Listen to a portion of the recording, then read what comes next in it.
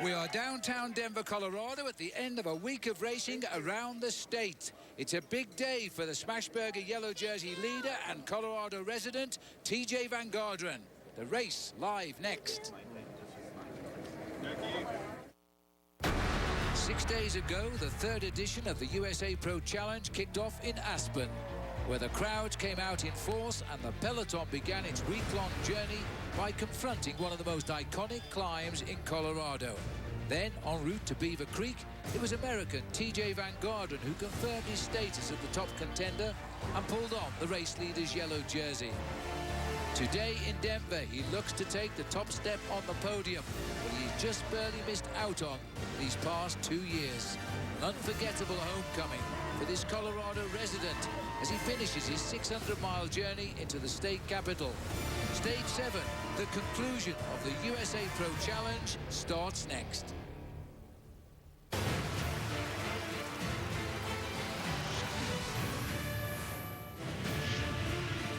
Beautiful Denver, bathed in warm summer sunshine. The 111 survivors of the USA Pro Challenge are now downtown for the 7th and final stage presented by Smashburger.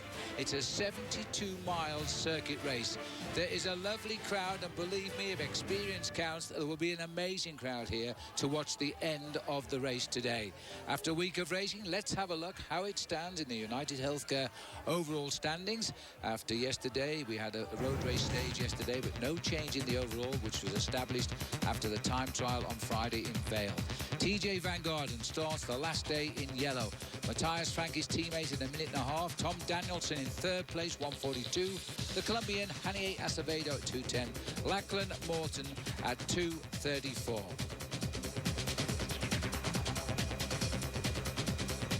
So that's the overall standings. Paul, it has been a great week of racing, hasn't it? It's been a great week of racing, but what an incredible backdrop this state of Colorado puts on for the sport of professional cycling. What venues we've been through is amazing. Yeah. Well, the race itself gets underway in approximately 50 minutes, but we're going to give you, first of all, a look back over how this week has gone. It all began, Paul, with the first stage of 60 miles, 3 22-mile laps down in Aspen. The crowd was enormous, and they already were supporting Peter Sagan. Yes, everybody enjoys Peter Sagan. He came to prominence, really, in the Amgen Tour of California a couple of years ago. Everyone wondered what the Tour de France champion Chris Froome in the black jersey would do in the opening days. But early on, there was a breakaway trying to force the race. Yes, Craig Lewis making a move on the right here as we left town. This was the first of 3 22-mile circuits. It was a simple course. We went all the way uphill when we left Aspen to Snowmass. We turned at Snowmass. We descended back down to Aspen. We did it 3 times. And as always, a small breakaway, including Tyler Wren, Craig Lewis getting clear of the field, Matt Cook and Ian Burnett, where there was 4 at one stage. One sadness was Joe Dombrowski, Paul. Well, he was a big favourite for Team Sky, the man they expected to lead, but a little bit of altitude problem for him because he ended up having a very nasty nosebleed. He was looked after by the race doctor. He actually finished the stage, but it wasn't really an ideal way to do it. Chris Froome, as they were coming towards the end on the last circuit, though, with just about 6 miles to go, the Tour de France champion was in more than a spot of bother. He was cracking big time. By the end of the day, he'd lose 4 minutes and 59 seconds. As they approached the line, the survivors at the front end of the peloton, though, were looking now for a sprint win.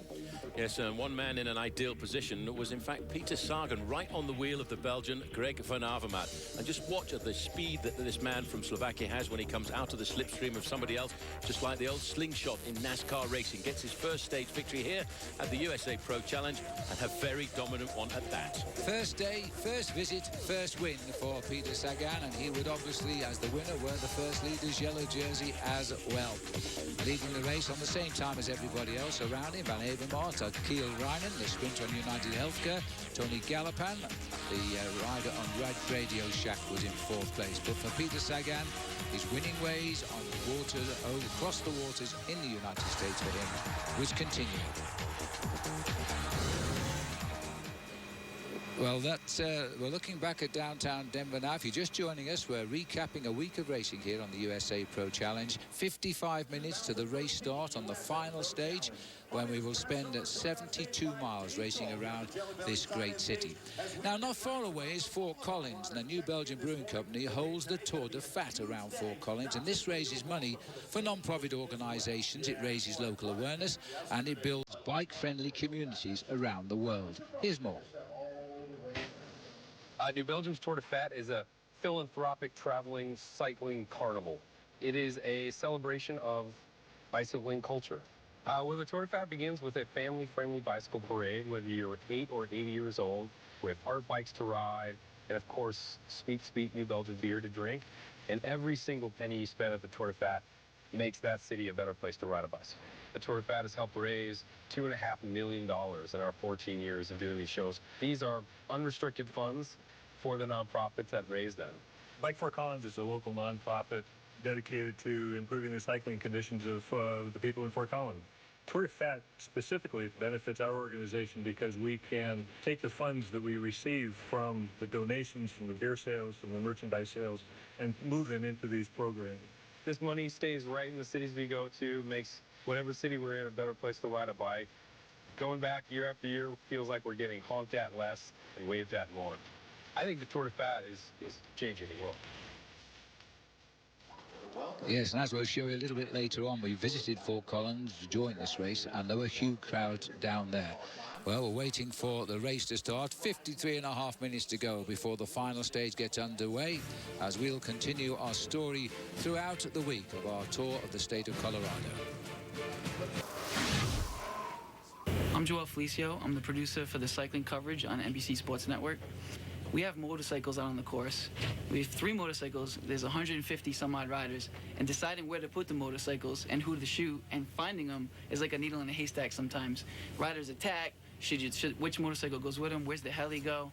Not only that, they're 100 miles away from you. So sometimes it's challenging because especially here in Colorado, we're at altitude. We're bouncing the signal between mountains, and it's just like when you're listening to an FM radio. You go into a tunnel, you have no signal. And so there's actually like a lot of communication over the headsets and verbally, but there's a lot of, if you watch the bike race, the motorcycle riders almost have a sixth sense as where to be in the peloton. The riders will actually communicate with the drivers of the motorcycles as well. They weave in and out. There's a lot of rules out there. They got to stay so far back, so far in front, to the side. The helicopter guy's got to, if the helicopter gets too close, it can cause wind and affect the race.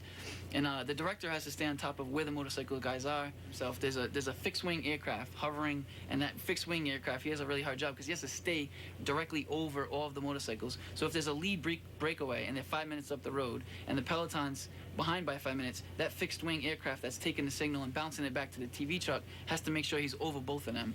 On the day, we pray that there's not a 30-minute gap between the leaders and the peloton, because then it's almost virtually impossible to get the plane to stay over both groups. The signal would get lost, and we would have no pictures. Yes, it takes an awful lot to bring live cycling action to your screens, and well done to the crew. We have the very best here in Denver. And Stage 7 will come your way very, very shortly. We're counting the clock down. 48 minutes are left to run before the final stage of the USA Pro Challenge gets underway. Well, we'll continue our tale of the week. We've seen our stage into Aspen, won by Peter Sagan. Let's move on now to the second day, when we left Aspen, heading for Breckenridge.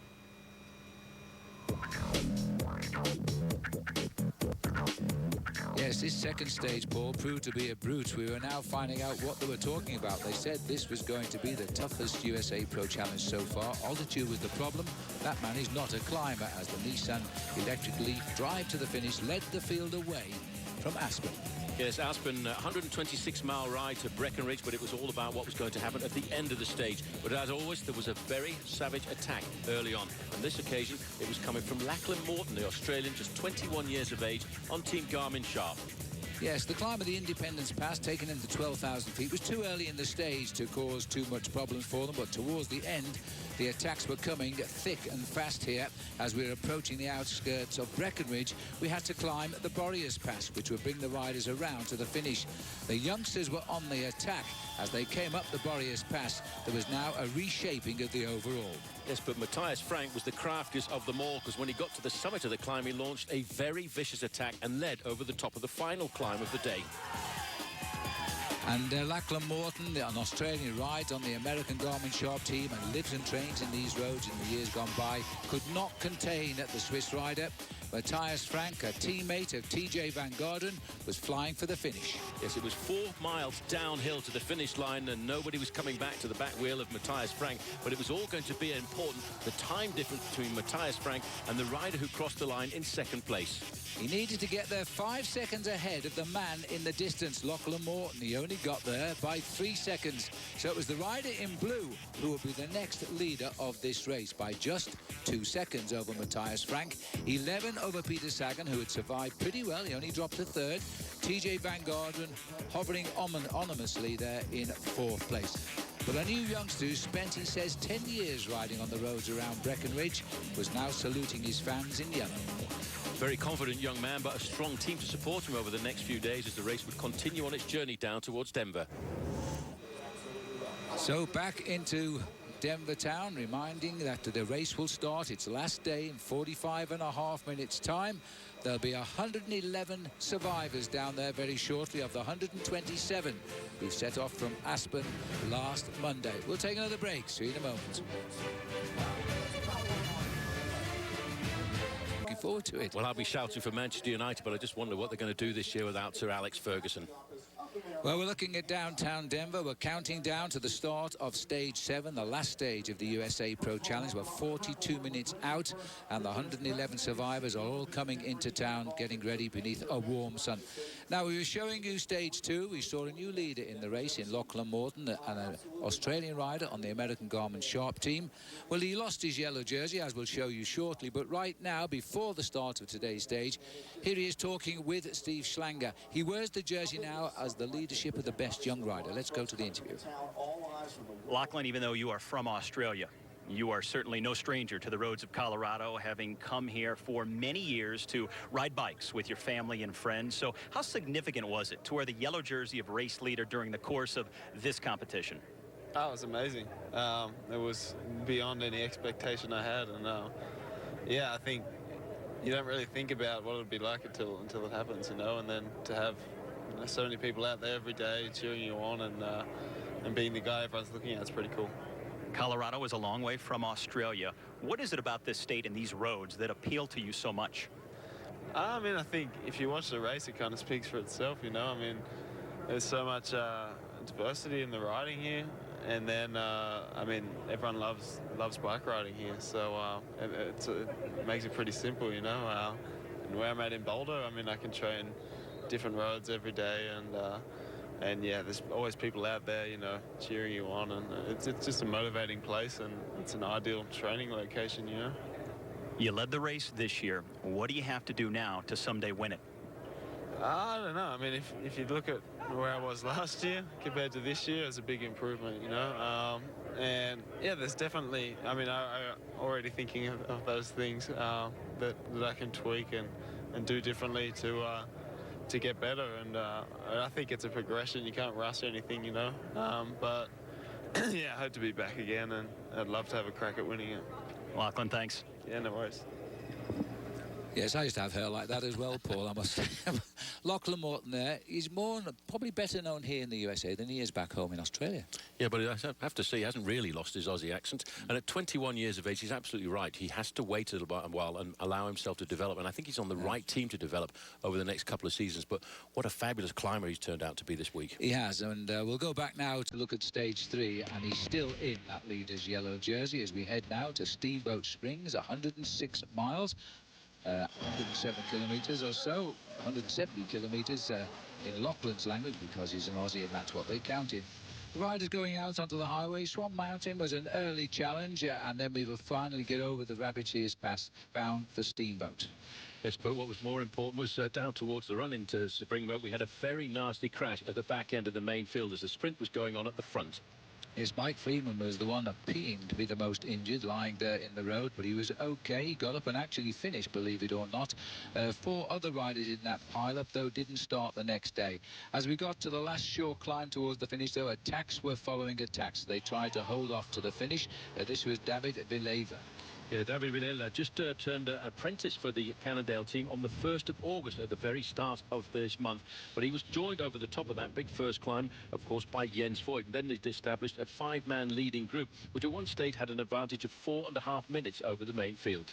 Yes, we're going to be a long, hot crossing in the sunshine here. Jens Voigt then looked at the breakaway and says, guys, we've got to keep going. They said, we can't. So he said, OK, well, I'll go by myself.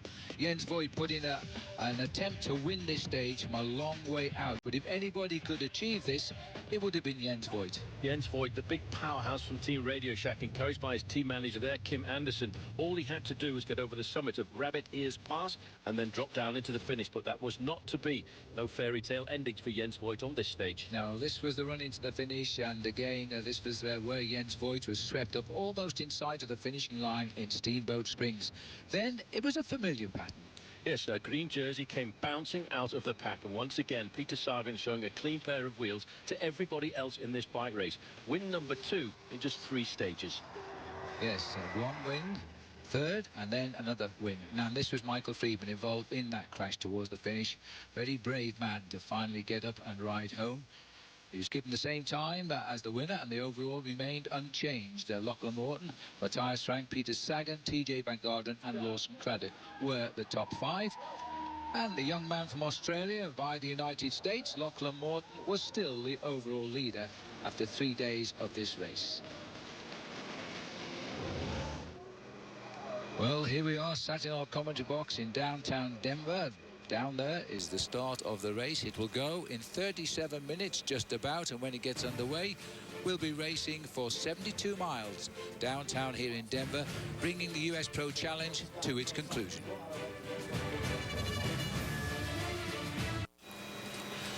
Welcome back as we look to downtown Denver here, and right below us underneath the helicopter we're looking at 34 minutes to go to the start of the final stage, stage number 7 of the 3rd edition of the USA Pro Challenge.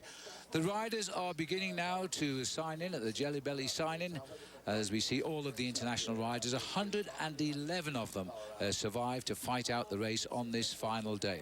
Well, as we continue our journey around the state of Colorado, if you recall, we've now reached Steamboat Springs. So on this 4th day, we follow the Yampa River as we head away from Steamboat Springs up to Beaver Creek. Paul, 103 miles and more hills on the agenda, including Bachelor Gulch. Yes, that was the climb that was looming on the horizon right down towards the very end, and everyone was quite concerned. The leader of the race, Lachlan Morton, looking very comfortable, surrounded by his teammates. But when we came to 20 kilometres to go, there was a big power charge to try and pull back the remnants of the early morning breakaway. Yes, this was the big push. Everybody was afraid of the steep climb of Bachelor Gulch, and as the riders came through the village, the only way out was up this climb itself and then across the valley and onto the finishing climb at Beaver Creek. If Garmin Sharp did make any mistakes, I think it was on this day, Paul, because the yellow jersey suddenly became not the leader, but the man to try for Tom Danielson on the front. Lachlan Morton sacrificed his own chances for Tom Danielson, but the man who really lit the race on fire was Janier Acevedo, the Colombian climber from Team Jamis. Tommy Danielson there, hoping he could deliver the win like he had in the Tour of Utah just about 10 days ago, but 31 was looming ominously. That was TJ Van Garderen. Further down behind now and losing his yellow jersey was Lachlan Morton. Nobody else, though, could help him. As they came up towards the top of Bachelor Gulch, it was a select group. It was Tommy Danielson over the top, followed by TJ Van Garderen and the man who'd started the move, Janier Acevedo of Colombia. But the weather conditions have changed at this point, and it was a very slippery descent down into the outskirts of Beaver Creek. And that time we noticed that Tommy Danielson had been left behind, and Matthias Frank was trying to get himself back into this race because it was all going to go down to the final count. Well, looking down there now, the rain was torrential. I took my hat off to the spectators here. Many of them had been caught out with no umbrellas and no overcoats, but it didn't stop Janier Acevedo winning the stage like he'd done in Greater Palm Springs in the month of May. But the rider who finished second alongside this man was TJ Van Garderen, and he had gained enough time to head the United Healthcare leaderboard. Van Garden's teammate, Matthias Frank, of 4 seconds. Hanie Acevedo third. Tommy Danielson fourth, and the erstwhile leader was now fifth, Lachlan Morton. Yes, well, that was on the eve of the very important individual time trial around Vale, but happy to be racing on home ground. This man who now has moved from Boulder, Colorado to Aspen. Yes, and his baby there, born in May, Ryland, there to see him finish. We're downtown now, 30 minutes just over to go before we start the final stage. Now, this has been a race of new names in the sport of cycling this year, and one other young rider who's having a marvellous time is Lawson Craddock. So let's go and hear from him now. Lawson, you've had a terrific season overall, and now you're about to cap it with a likely top 10 here in Colorado. What sticks out about this week of racing for you? I think what sticks out for me is just the way this team has raced together. It's our last race of the season, and we knew coming into it that we wanted to end it with a bang. And you know, I think it's safe to say that we have done that. So we're looking to finish off today with something good and call it a terrific season. So many people consider you to be at the forefront of the next generation of American cyclists. How significant is that for you? Yeah, I mean, it's a great honor just to people be talking about me like that, obviously. I think, you know, it's great to be part of such a great group of guys like on the Bontrager Pro Cycling team, and I think you can expect to see a lot of guys on this team up there in the near future. What have you learned about yourself this week that you can take into the future? I think one thing I've learned about myself this week is that I can do this as a profession. And, you know, I showed that, you know, California and the rest of the season wasn't really a fluke, that I can be up here competing with the top level of the sport, and I hope to improve on that in the future. You have signed with a World Tour team for next year. What are your goals now for the future? Yeah, I mean, going into next year, signing with Argo Shimano, I fully expect to, you know, spend a few months getting my teeth kicked in and just trying to learn as much as I can. So, but for me, the journey doesn't really stop here. I'm hoping to keep going and keep on being successful at the top level of the sport. So, you know, it's been an incredible 11 years, and I'm really looking forward to the next 11. Thanks and best of luck. Yeah, thank you so much. Yes, well done, Lawson. He's currently 7th overall in the USA Pro Challenge, which is ending today here in Denver. And have we look here at the new Belgian athlete profile. He's only 22 years of age. Another year or two, we'll be talking about this man in the Tour de France. He's a good climber. He turned pro in 2010 for the Bontrager team. He was a stage winner last year of the Tour of Gila and 8th place in the Amgen Tour of California. He's going one better in this race at the moment. The riders continue to sign in at the Jelly Belly board and have a little chat with Candice and Courtney on the stage. Well, we're counting down. We're inside 30 minutes to go. There's Jens Voigt in his element. He's never happier than when he's talking to the fans. We'll see in a moment.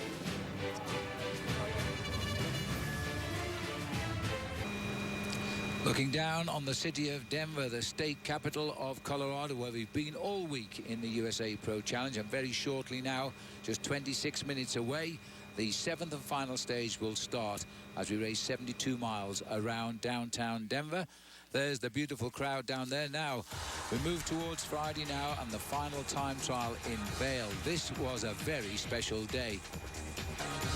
Yes, this individual time trial was all uphill. Andrew Talansky was the rider who finished 10th overall in the Tour de France this year, climbed up in the final week of racing, and he wanted to get back a little bit of form because he was disappointed with the first few days of his ride here.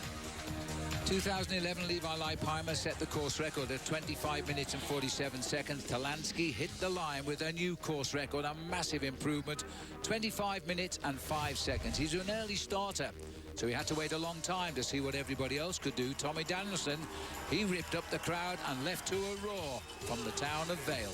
Well, he wanted to do as much as he could to climb up in the overall standings, and looking at the top of this climb, he was looking to see whether he could put himself onto the podium of this year's USA Pro Challenge. Last time he clashed with TJ Van Garderen on this very course, Tommy Danielson had beaten him by 18 seconds. TJ Van Garderen last to go in the leader's yellow jersey. There's best time still down to Talansky, 25:05. Yes, but when TJ Van Garderen got to the first time split, he was a rail up on the Talansky's time, 31 seconds faster. But he remembered this climb from back in 2011 because he lost the yellow jersey on this very slope. But on the line, he was still quicker, but only by 4 seconds. He pulled out the time trial of his life. He would increase his overall lead in this race. His time was 25:01. He was now a minute and a half ahead of Matthias Frank. 1:42 up to the new third place, Tommy Danielson, Acevedo in 4th, Lachlan Morton in 5th.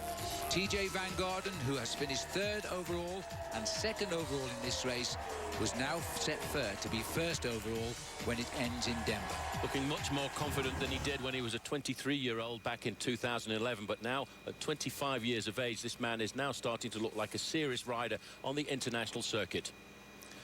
Well, as you look down on downtown Denver, the riders now rocking up here to sign in for the last time of this week of racing. There's only been one wearer of the Nissan King of the Mountains jersey, and his name is Matt Cook. And I can tell you this, one of the nicest guys on the race. He has a colourful history of sadness and disappointment, but right now he's having a happy time. Here he is before the start.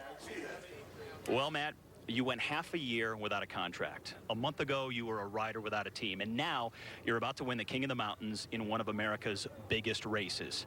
How do you get your head around that? I don't actually think it's sunk in yet. This is something that I used to look at guys and say, oh, I wish I could do that. Like, man, like, one day I hope I can do what they're doing. And now it's me, and I gotta pinch myself. Everyone's congratulating me, and to me it just seems like, normal. But I guess I have to realize that I did something pretty good. Yes, he did indeed, and no mountains around Denver today. Flat roads for the rides on this final stage. He's the winner of that Nissan King of the Mountains competition. 22 minutes just about before the riders hit the road for the final time. Tom Danielson, who's sitting 3rd over in this race, is now signing in. We're getting close, and we'll see you in a moment.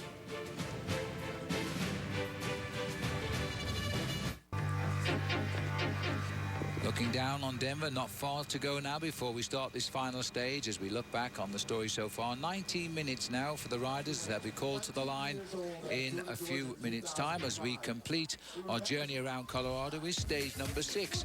2 new towns for the race. We went to Loveland for the start and nearby Fort Collins for the finish, but in between we covered 115 miles. There was a real hard start for this stage 6 as the riders moved away, an average of 35 miles an hour for the first half an hour of the race. Everybody trying to get into what we call the early morning breakaway, and one in particular in the orange jersey of the most courageous rider. This is, of course, Michael Rogers. This was the last race out on the open highway, and the riders knew it was the last chance to hit out at TJ Van Garderen on the climbs.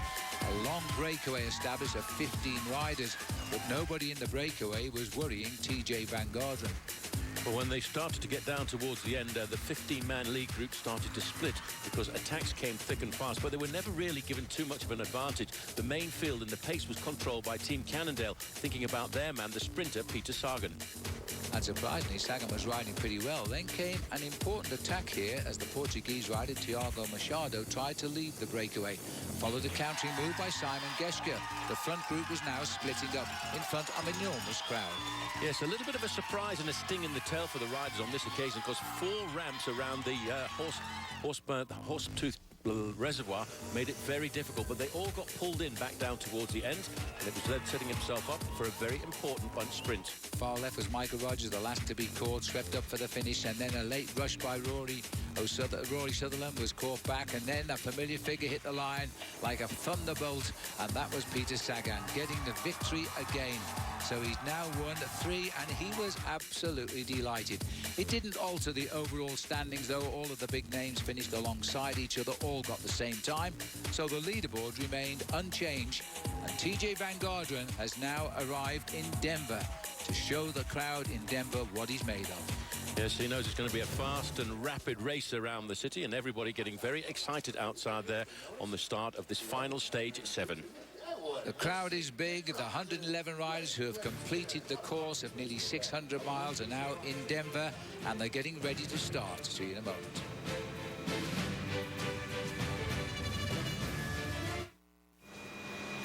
We're back in downtown Denver. We are now just under 14 minutes away from the start of the final stage, stage number 7. The Smashburger stage based down here in Denver of the USA Pro Challenge. Now, one of the teams who are bringing 7 of their 8 riders to the finishing line today is Team Novo Nordisk. This is a particularly interesting team because all of the riders on Team Novo Nordisk suffer a level of diabetes, but they're continued and very determined to stay top pros. Let's learn more about them. Aaron Perry from Rotorua, New Zealand, and I was first diagnosed with diabetes when I was 16 years old. My name is David Lozano. I'm from Spain. I was diagnosed on 2011, 2nd of December. My name is Joonas Henttala. I come from Finland, and I was diagnosed when I was 9 years old. I pretty much threw away the thought about becoming a pro. The first time I heard about Team Novo Nordisk, I realized it will be possible to become a pro, even with diabetes. Being a part of Team Novo Nordisk, made up of a team of all diabetic athletes, means a lot to me because it's got two messages. You know, we've got the cycling thing that's showing that we can be at the top of any race possible, but we're also doing it with diabetes to show, you know, things possible. I met Phil Sutherland, and he introduced me to Team Novo Nordisk. I remember sitting down with David and his mother in a hotel in Spain. When I started telling my story and he translated to her, she just broke down in tears. And for her to see that maybe this disease was the reason her son is going to see his dreams come true. It's not we need to win a race. It's we need to show to a lot of millions of diabetics that we can do it. Young people who's being diagnosed might feel bad, but when they see us competing at this level, maybe they think, well, why can't I do that too? I think one of the goals in the US Pro Challenge this year is definitely to inspire and hopefully get a stage win somewhere along the lines would be an extra bonus.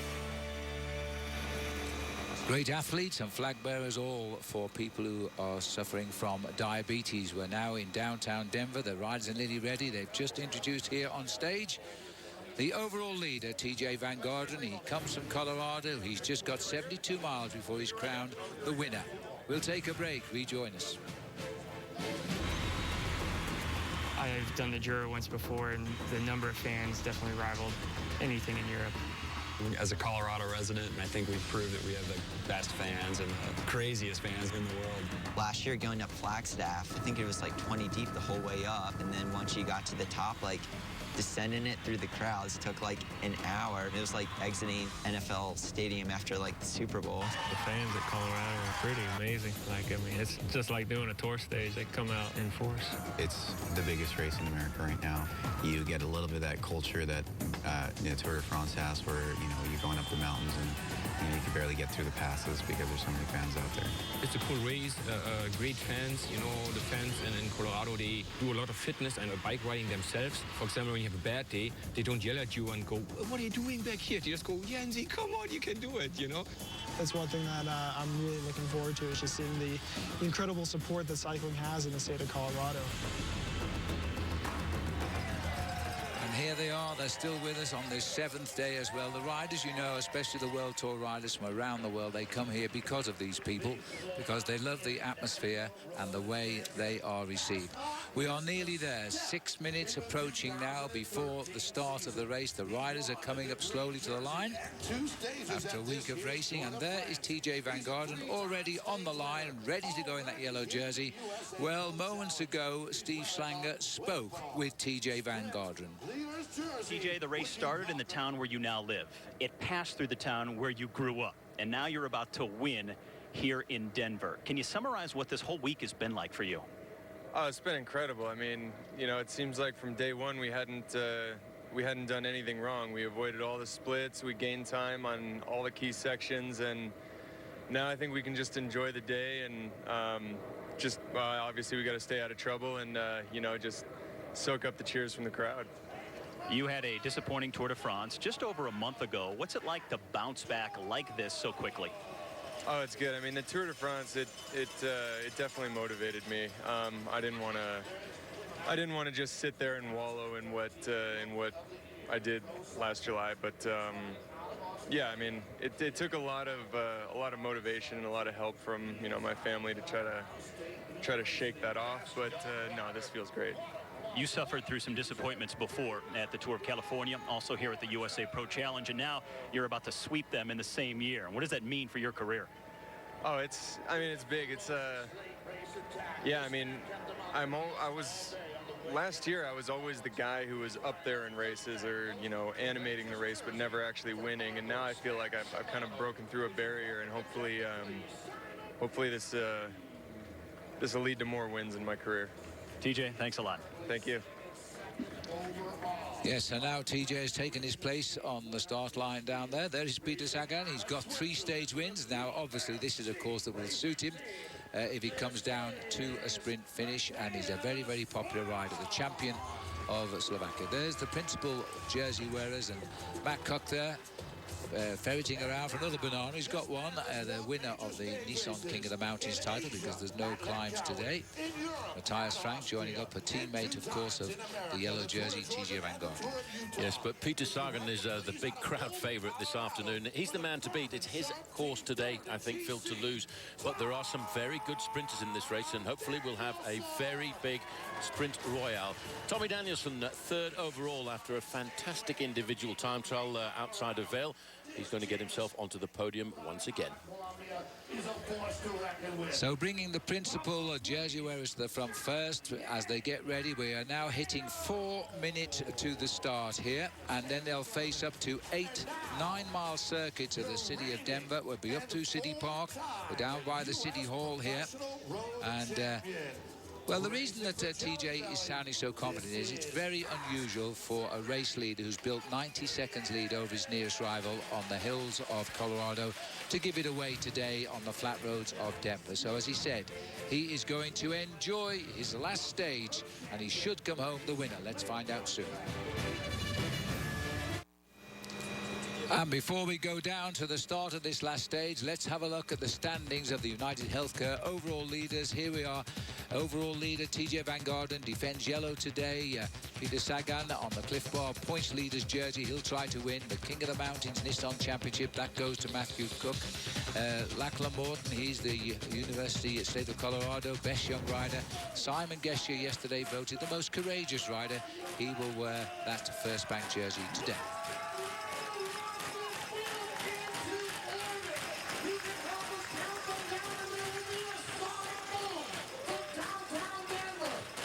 We're getting close. Let's wait for the countdown. Let's Dave Toll send them on the way.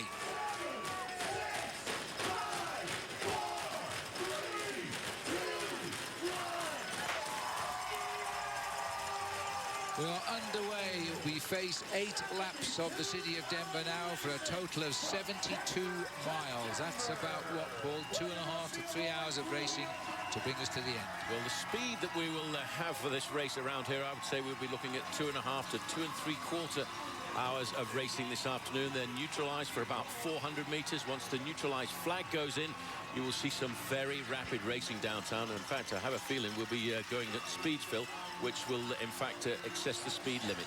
Just passing under our banner there, the Nissan Leaf electric drive to the finish. Now, in case you're wondering if this is going to be the speed for the next 3 hours, forget it. This is a neutralized section where they're taken away from the line for just on half a mile, and then the flag will come in and we're off. We'll have to see a lot of control, Phil, coming in the early part of this race from Team Cannondale. They've got the outright favourite for the victory of the stage, and that's the man in the lime green jersey in the middle there, Peter Sagan. He knows that. He knows how to win races. He's won 3 stages so far at this USA Pro Challenge. But for him, there'll be a lot of riders queuing up on his back wheel to try and beat him. Let's pay our last visit then to the Colorado.com stage map. Today we stay downtown in Denver. Yes, it's all about downtown. We move away from just behind City Hall, and we've got City Hall as a backdrop through City Park, back up 17th Avenue, up Colfax Avenue, and then a little bit of a move around at Spear Boulevard, and then we do 4, 5, 6, 7, 8 laps of this circuit downtown to make that total of 72 miles of racing and 116 kilometres. The profile, well, it looks quite scary, but I can tell you one thing, it isn't really. The difference between the high spots and the low spots of this course around Denver, not much more than 10 feet. And the riders have now been given the green light, but let's have a look at the Team Novo Nordisk weather report. It is a lovely day, 84 degrees Fahrenheit, very light winds. They say partially cloudy, no sign of the clouds yet. Let's hope it stays that way. We are underway, and that's Hayden Rolson, the New Zealand rider from Radio Shack, who's just got himself on the sharp end of these 4. These circuit races downtown that we see very often around the world on places like the Champs-Élysées in Paris are very, very difficult to control. Saxo Tinkoff also here, just trying to stir a little bit up to see if they can get what we always call the early morning breakaway. This is Christopher Juhl Jensen of Denmark.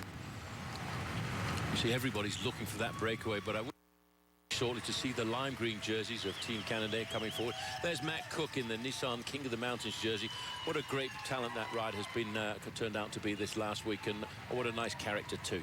Yes, he was out of contract last year when his team disbanded. He went right through to July at his own expense this year, landed a lovely contract with the Jamies team, and the result is he's delivered them a major award in this event.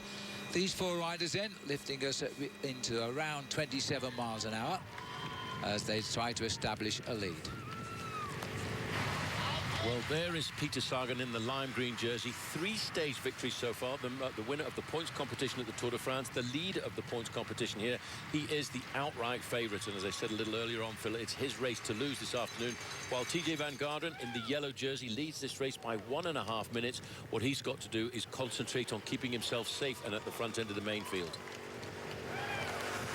Pushing on a little bit from the front now is the Jamies Hagens Berman team. This is the team of Hanier Acevedo, the Colombian, who is finishing at the moment just off the podium in 4th place.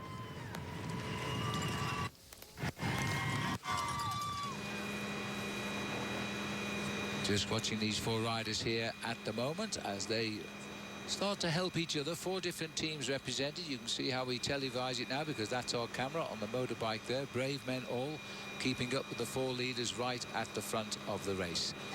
This attack started by the New Zealand rider at the back there, Hayden Wilson. Sorry a little bit about this picture freezer. They're probably caused by the high buildings here in Denver. Well, one man who's also in there, but he's not on a bike. Well, he is on a bike. He's on a motorbike. So let's catch up now with Steve Perino. Steve. Well, Phil, as you can see, lots of crowds out here. And you got to imagine that these folks are out here in large part because of TJ Van Garderen's prowess in cycling. And that's support, and it's also a little bit of pressure, a lot like what he feels when he is out there trying to establish himself as he had as a leader out there for his team. I talked to Jim Okowitz this morning. He says that's been a development in progress. It takes a while for you to assume leadership, and it takes a while for the guys to believe in you. But that development, he says, is over. I talked to Mickey Shar, his teammate. He says the one thing he loves about TJ Van Garderen is that he does not mind mixing it up in the gutter. He's worked for a lot of great GC riders like Lance Armstrong, Cadel Evans, but he said TJ Van Garderen could in fact be a classics rider.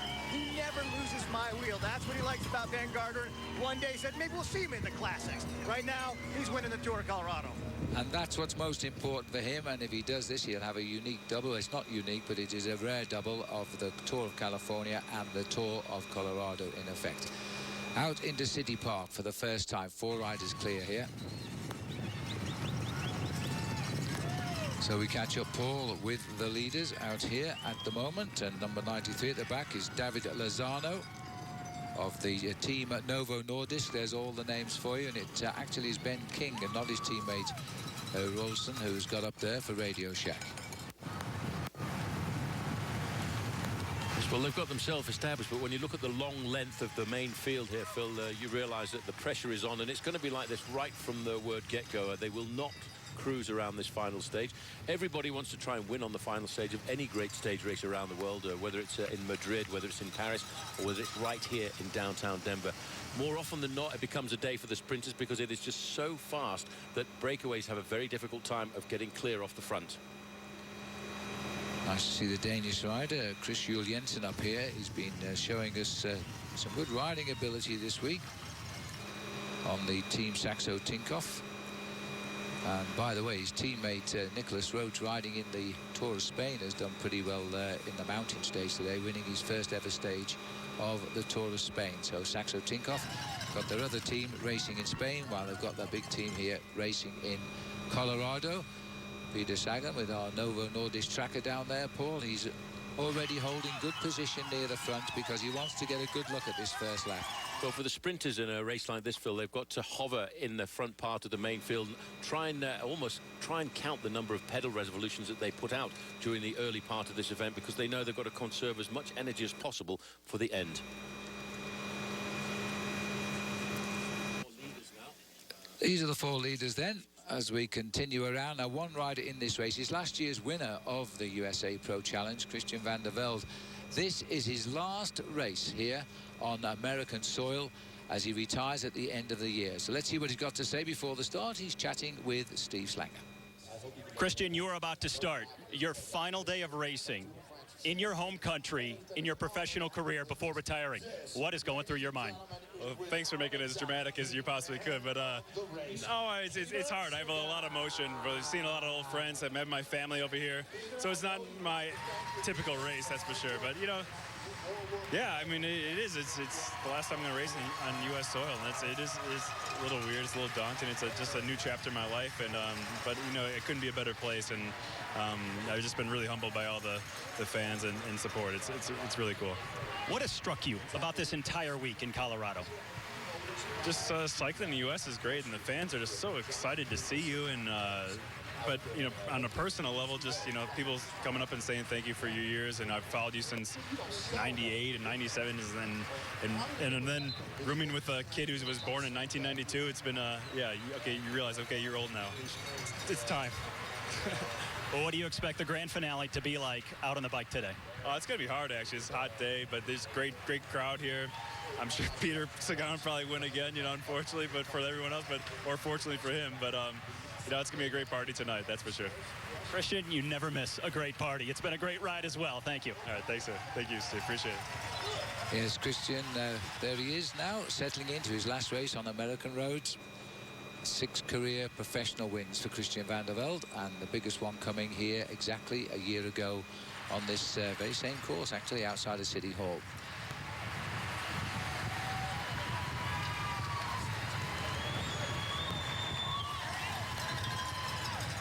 So as Christian Vande Velde completes the course today in his last bike race, we'll catch up with the leaders now who continue to work on 135. There's Carson Miller of James, the team that has done so well this year with Matt Cook as well.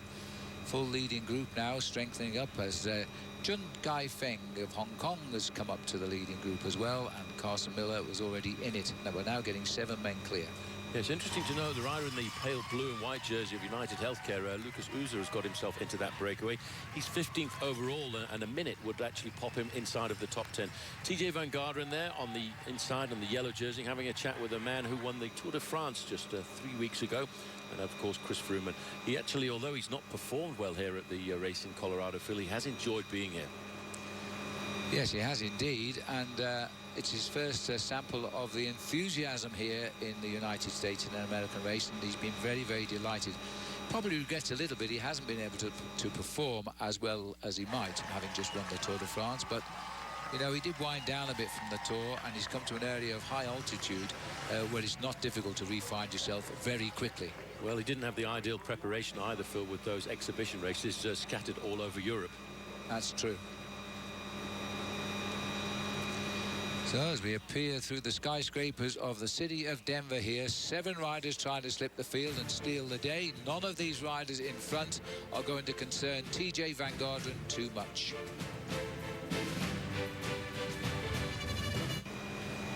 As we look out across Denver and Colorado State here, it's a lovely day, and it's a fine place to have the big finale of the Tour of Colorado, which it veritably is here, the USA Pro Challenge. 7 riders have got themselves together on the opening lap. The average speed is up already and getting faster. We're now achieving 27.6 miles an hour average speed today. These are the leaders. Lucas Uzer with the most to gain, 4 minutes 55 behind TJ Van Garderen, right down to Chai Kai Feng and Carson Miller there, all 7 men up front. Well, all week long we've had cameras fitted to the bikes just to get some very unusual pictures. We can show you our drift clip pictures from the camera yesterday. And the riders made the way from Loveland to Fort Collins. The unusual look. The cameras are under the saddles of the bikes as we watch the riders go past. In the end, it was a victory yesterday for Peter Sagan. That's our drift clip picture of the day. As the peloton now heading up, look at the length of that. There's only 111 riders finishing this race. It's been a tough ride around Colorado, and the gap has already opened up on the opening lap of 50 seconds now. Nice lead to begin with, Paul. 50 seconds, gone very quickly. Now that's going to put a lot of pressure on Team Cannondale. They don't have anybody in the breakaway. Now they're going to have to make sure that this breakaway doesn't outrun Peter Sagan. Yes, but they've got so much talent in that Cannondale team. They brought a strong squad over here this year to sort it all out, and I think they'll get themselves organised. They know they can allow this breakaway a little bit of freedom. They will then start to organise themselves and try and dose their effort to make sure they pull this breakaway back down towards probably the final lap of the race. But again, as we go around downtown Denver here, Phil, huge crowds. One team, the James Holmes team, James Hagen's Berman team, have got 2 riders up here. Tyler Wren's been quite a find on this team. He's only a youngster, got a great few. Well, he's not a youngster, he's 31 years of age, but he's been quite much in the action throughout the week. And a good backup for Matt Cook, the 34-year-old, who's won the Nissan King of the Mountains. As we look here into the field, looking at the Tour de France winner here, Chris Froome, first visit to this event. He's got his hand up. I guess he's looking for a drink as he looks over his shoulder. Now, just checking down there, the tyres look hard enough, so we'll see what his problem is. Chris Froome wears number 11. Next year in the Tour de France, he'll wear number 1, which is reserved for the winner of the previous year. He's only the second British cyclist to win the Tour de France, and Chris Froome won the 100th edition of that event. Looking for his team car at this early stage of the final stage of the USA Pro Challenge. Don't see a problem with his tyres. Notice how the team car's pulled. They've got the champion of Sweden there has got a little bit of a problem on the right-hand side of the road. So he definitely needs a back wheel, and that is Michael Olsen, Swedish road race champion.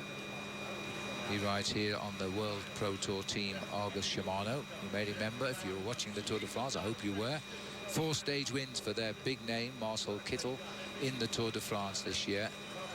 Marcel isn't here with the Argus team. He's still racing in Europe. So as the riders are nudging it out, it's gone up to 55 seconds, those 7 riders. They came together on the opening lap. Here they are. Lucas Jusa with the most to gain, because Jusa is having a very good tour here. He sits 15th overall, but a gain of a minute, and he would be in the top 9 riders of the race. Back with Chris Froome now. He's moving in amongst the convoy of cars here. Now, this isn't a drink, because he would not have come off the back of that peloton just to look for a drink off his team car. He has a problem, and I can't see what it is just now, because it doesn't look as though it's a softening tyre. Watching each car go by. Now, the order is very strictly controlled by the race, the order of the team cars, and it's the race leader's team car who gets number 1.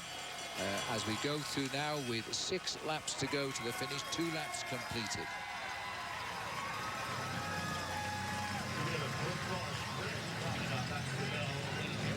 Heading out on that lap number 3. The crowd looking to me as big as ever here. Hearing the twin-tone sirens there of the State Patrol. They've done a terrific job, as they've done every time we brought this race to the state of Colorado, keeping these roads safe for the riders' passage over often difficult terrain during our week's tour of the Colorado Rockies. They like to know there are 42 state parks here in Colorado, and they also have the benefit of 4 national parks. Here's the peloton rushing on. As they continue to come through, they're being led by Nico Holler, the German rider on Argus Shimano. As they go through, it is 55 seconds, the gap. Holler of Germany takes them around the corner. Note the red and black jerseys at the front, because they are the teammates of TJ Van Garderen. He rides in yellow, of course. They will look after him. They'll always locate him, see where he is, see if he needs anything, and try and keep him out of the way of any possible fall by other riders. David Lozano. And now here's whatever the problem is. Chris Froome cruising in. I think he's had it. I think, you know, Chris Froome may be abandoning the race here. He's spoken to the team car. He's asked directions to the showers. So Chris Froome, the Tour de France winner, has had enough. He's going to abandon the Tour on the very last day. It's all part of his now. He's still smiling. It's not a long-term problem for Chris Froome, the Tour de France winner. He's got the post-tour blues, perhaps. He's come Well, he probably thought he was coming to Colorado for a nice quiet return to the top of cycling, and he's found some of the best fans in the world here. So he's slipping out of this race. Well, I think we might have a little bit more on Chris Froome. Let's go to Steve Schlanger. Phil, I do. I spoke with Chris Froome before the start of the stage today, and he told me that he's really been having trouble with his chest. It's been very tight. He's had trouble breathing at various points during the race, and the altitude has bothered him more than he thought it would because he really didn't come here in that far in advance of the race. So he said that if the racing really got intense, if it was really hot, that he would probably pull out today, and obviously he didn't wait long. The chest is bothering him, so he's pulled out of the USA Pro Challenge. Yes, thanks, Steve. We've got images of him just pedaling off to his hotel. He'll be flying back. He was telling me the other day in Vail that he's going to ride the Tour de Beijing in China and the World Championships, of course, in Italy. So he's on his way. It's a long ride to the airport, so he needs to start early. His flight will go probably earlier than this. Yes, so Chris Froome has gone, but it was good to see him in this race, and he's provided a lot of pleasure to the supporters here in the USA Pro Challenge. The race goes on. The gap continues to go up just a little bit. See you in a moment.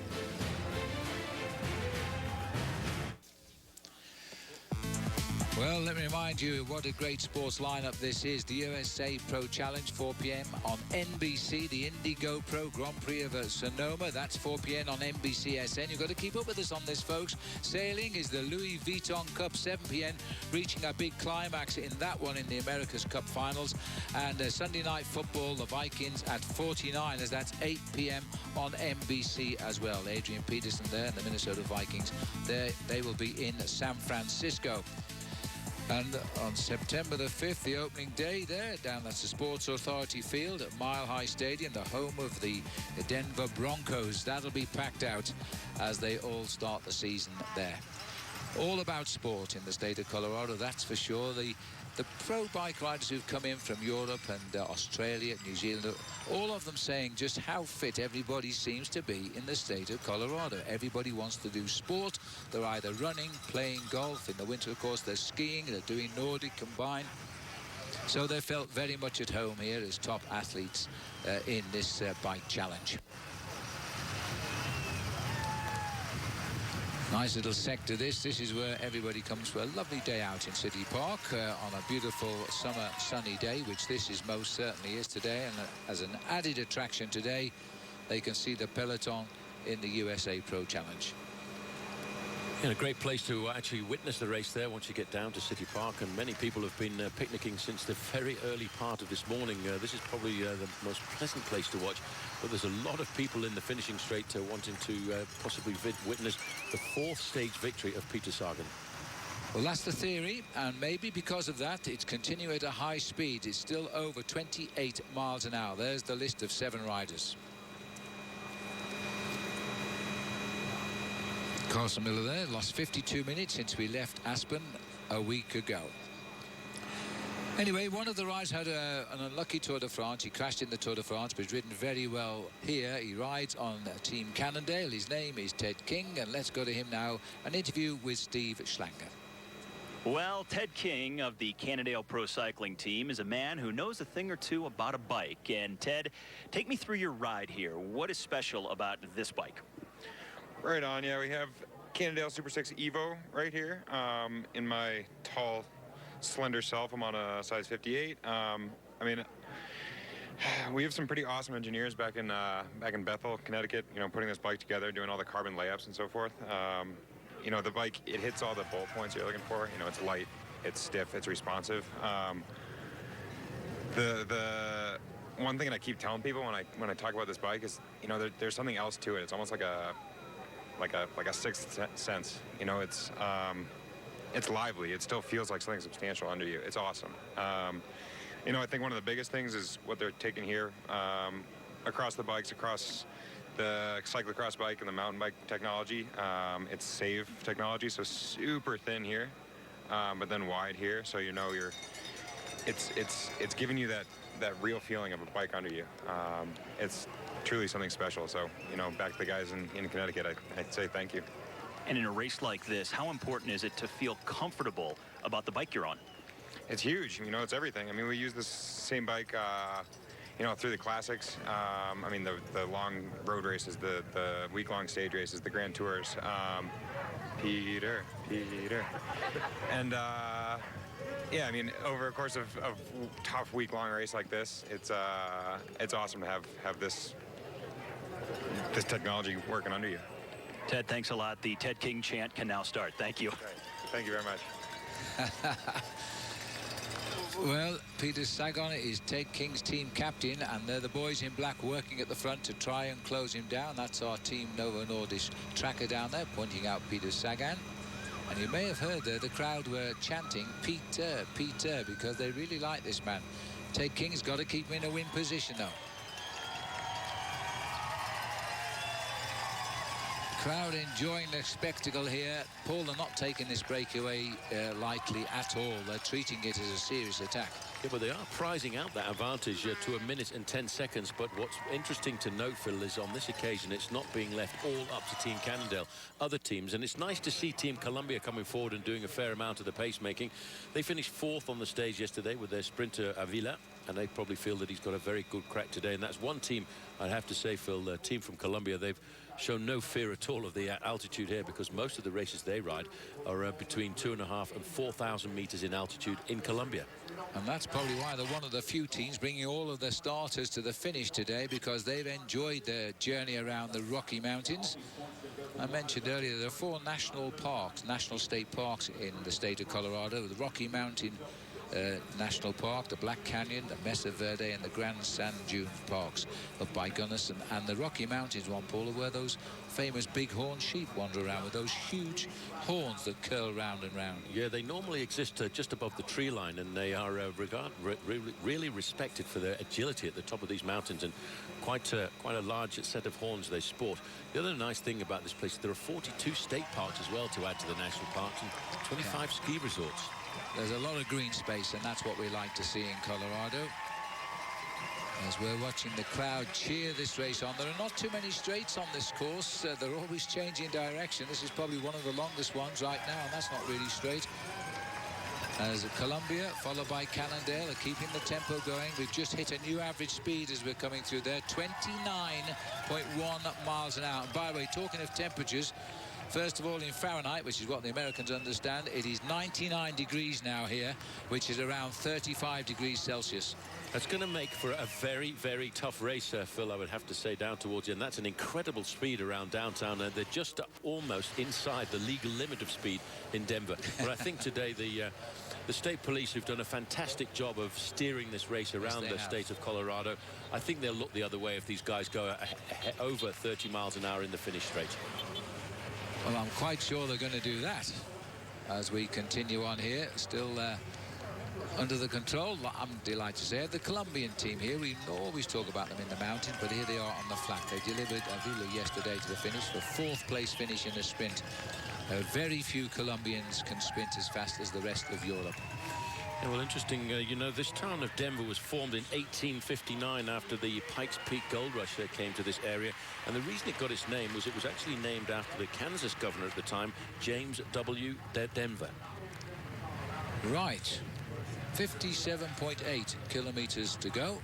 That's 93.1 kilometers still to race. Peter Sagan looking very comfortable there. He's going to have to tick over the kilometers, Peter Sagan. He's 39th overall, but that's not what he came to the USA Pro Challenge for. He came here to win stages, and so far he's won 50% of the stages in this race, 3 out of 6. Yes, he might go one more today, but a little work to do yet. So we still have these 7 riders blazing the trail. The sun is high in the sky. We're tickling 100 degrees Fahrenheit. It's a perfect day in downtown Denver. Looking across at those clouds there, there's a few fires burning out there, which also makes it look a little bit murky. But we're back with the 7 leaders here, where we're beginning to hit the cauldron of Denver now. We're hitting and tickling 100 degrees Fahrenheit today. These are the leaders up front, 7 of them. There's all the names for you. The only man hoping to gain here is the top one, 101. Lucas Yusa taking them through here. Yusa is the man. If they could just stay away by about a minute, he'd have a top 9 finish in this race overall. But that's no time yet to start thinking of that. No, but after 4th place in the recent Tour of Utah, he's obviously got very good form. He tried every day to get himself into a position to get into the top 10 in the overall standings. And again, showing the form that he's got, he's managed to slip into this breakaway this afternoon. But just looking at the main field, everybody's going extremely fast. And here we go. When they come up to the line, there's points for the riders over the line. It is a sprint point. I'm not sure if they will go for the sprint because these riders, none of them have actually got any points so far. I don't think they are. Ben King is leading them through, and he's just checked over his shoulder to see if anybody's going to take it. No, he gets through ahead of Tyler Wren.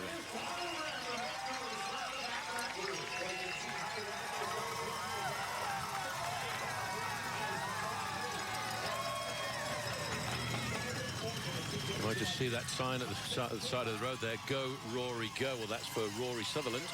And he almost went yesterday because he got caught. He'd made a very fine move in the final few kilometres and got caught with around about 200 metres to go. I thought he'd kicked so hard. I really thought he'd done it and outwitted Peter Sagan and the rest, but we keep forgetting just how fast Sagan is when he makes his final move for the line. Won more races at UCI level than any other rider this year.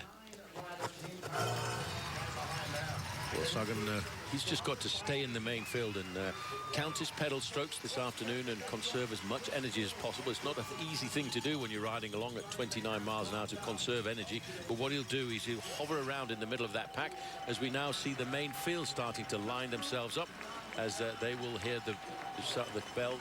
They will hear the indicator that it's 6 laps to go.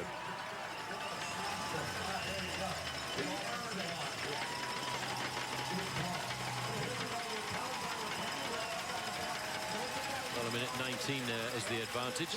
But, there's a lot of pressure being thrown over the top end of this main field by these riders from Cannondale, and it's nice to see today that it's not just the one team being forced to do all the pacemaking. A lot of teams are taking an interest in the chase. As the field go on, there was no real sprint there for the Cliff Bar sprints, but Ben King was the man first over the line to get the points. It was Carson Miller from Jamieson second and Chun Kai Feng on the Champion System team who finished at 3rd place there. But it wasn't a real sprint, was it? And the peloton has gone over that line at 1 minute 20 in arrears. That's a good gap at this stage of the race. Well, King got the maximum points there, the Cliff Bar sprint points. 5 points for him, 3 and 1. Looking straight into the face here of the rider on Novo Nordisk, David Lozano. He is a Spanish man, and his major home tour underway now. Made it start yesterday, the 3-week Tour of Spain, one of the 3 grand tours in the world. Well, they're prizing out a little bit more time. The gap now stretching to 1 minute and 20 seconds. But the strength of a combination of teams like BMC, Cannondale, and now throwing in the added spice of Team Argos Shimano, once they start to organize themselves down towards the end, they can wipe out that 1.5 minute advantage very, very quickly. Those are Lucas Jusa here now, United Healthcare rider, having a great season. Then it's the Saxo rider, Chris Juel Jensen from Denmark. Very international field this, but all of the big professional teams around the world now, they do pack on riders from any nationality as long as they've got the ability to live with the team. Common language these days, Paul, is basically English. Hello, of course. It really is quite amazing because when I turned professional, if you didn't speak French or Italian, you couldn't go anywhere at all. And now the majority of these teams that are scattered around the world, English has become very much the common language of cycling. Yeah, absolutely.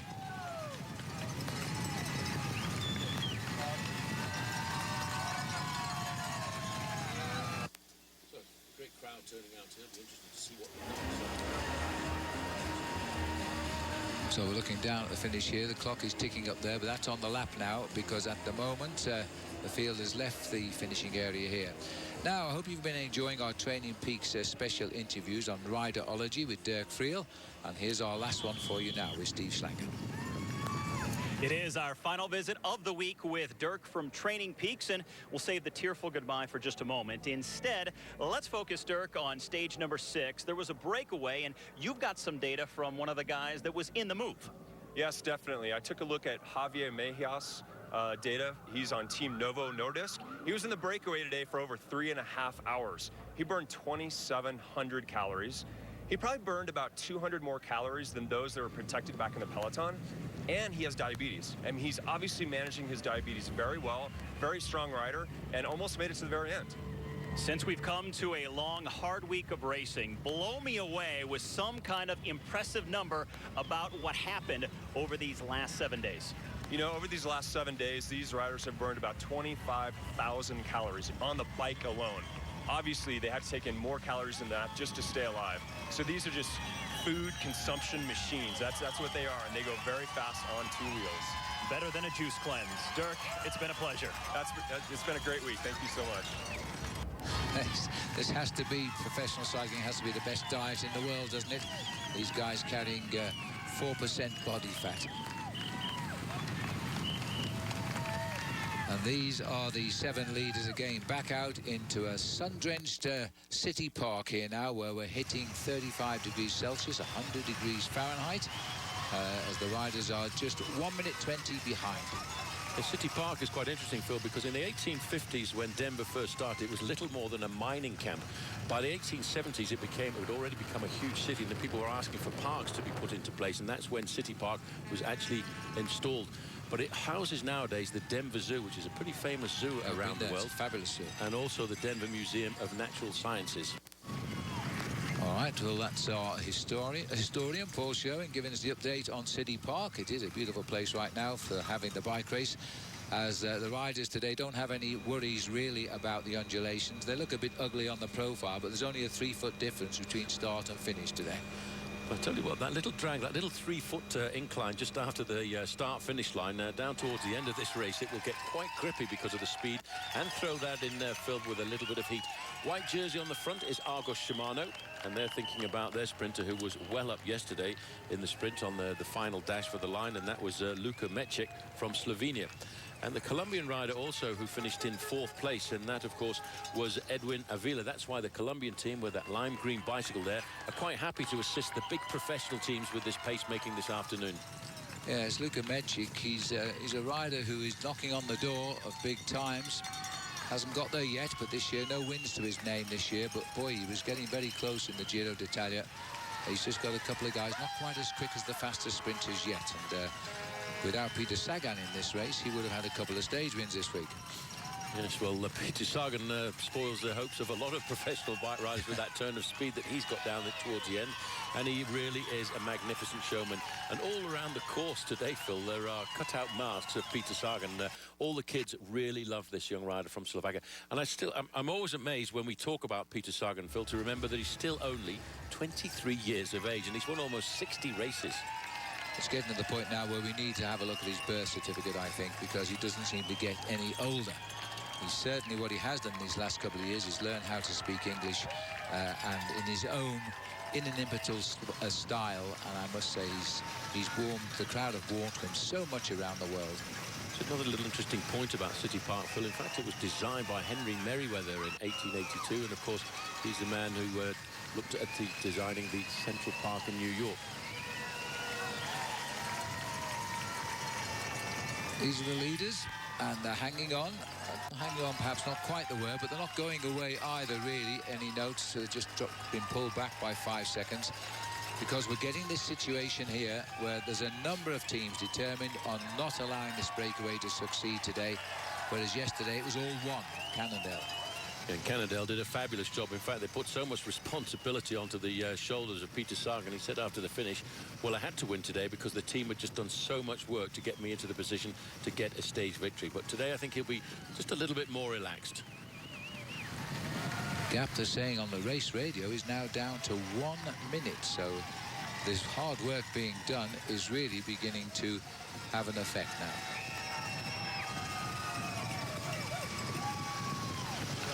You know, these guys, they will, though, wait to see if they can break the spirit of the main field. But I think the fact that there's another new time check coming through there, P at 1 minute, Peloton at 1 minute.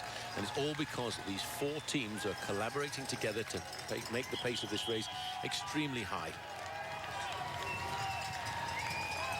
Constant corridor of noise right now for the riders, all being cheered all the way round. same rider doing a long turn on the front here. He's not out to win the race. He's out to keep his sprinter in the race. That's more for him, as he'll continue on the front, wisely taking water. It's going to be a long, hot day in the saddle today as they continue on their way. Quite interesting when we look at this Colombian team on the front. Really, we're witnessing a renaissance of Colombian cycling, which goes back to the fame that they had in the 1980s when they produced riders like Lucho Herrera, who won the Tour of Spain, and the King of the Mountains in the Tour de France, and of course the other great climber, Fabio Parra. Motorbike at the back there, that's a neutral service motorbike, so it will help anybody in the breakaway. It's not a dedicated team motorcycle. They're in the cars behind the race, but when you get a breakaway, they always put the neutral service up front to give them a change. Yeah, just sitting on the back there, that's Ben King, number 22, the rider who is on the Radio Shack squad. He comes from North Garden, Virginia, and he's pretty happy to be in the breakaway.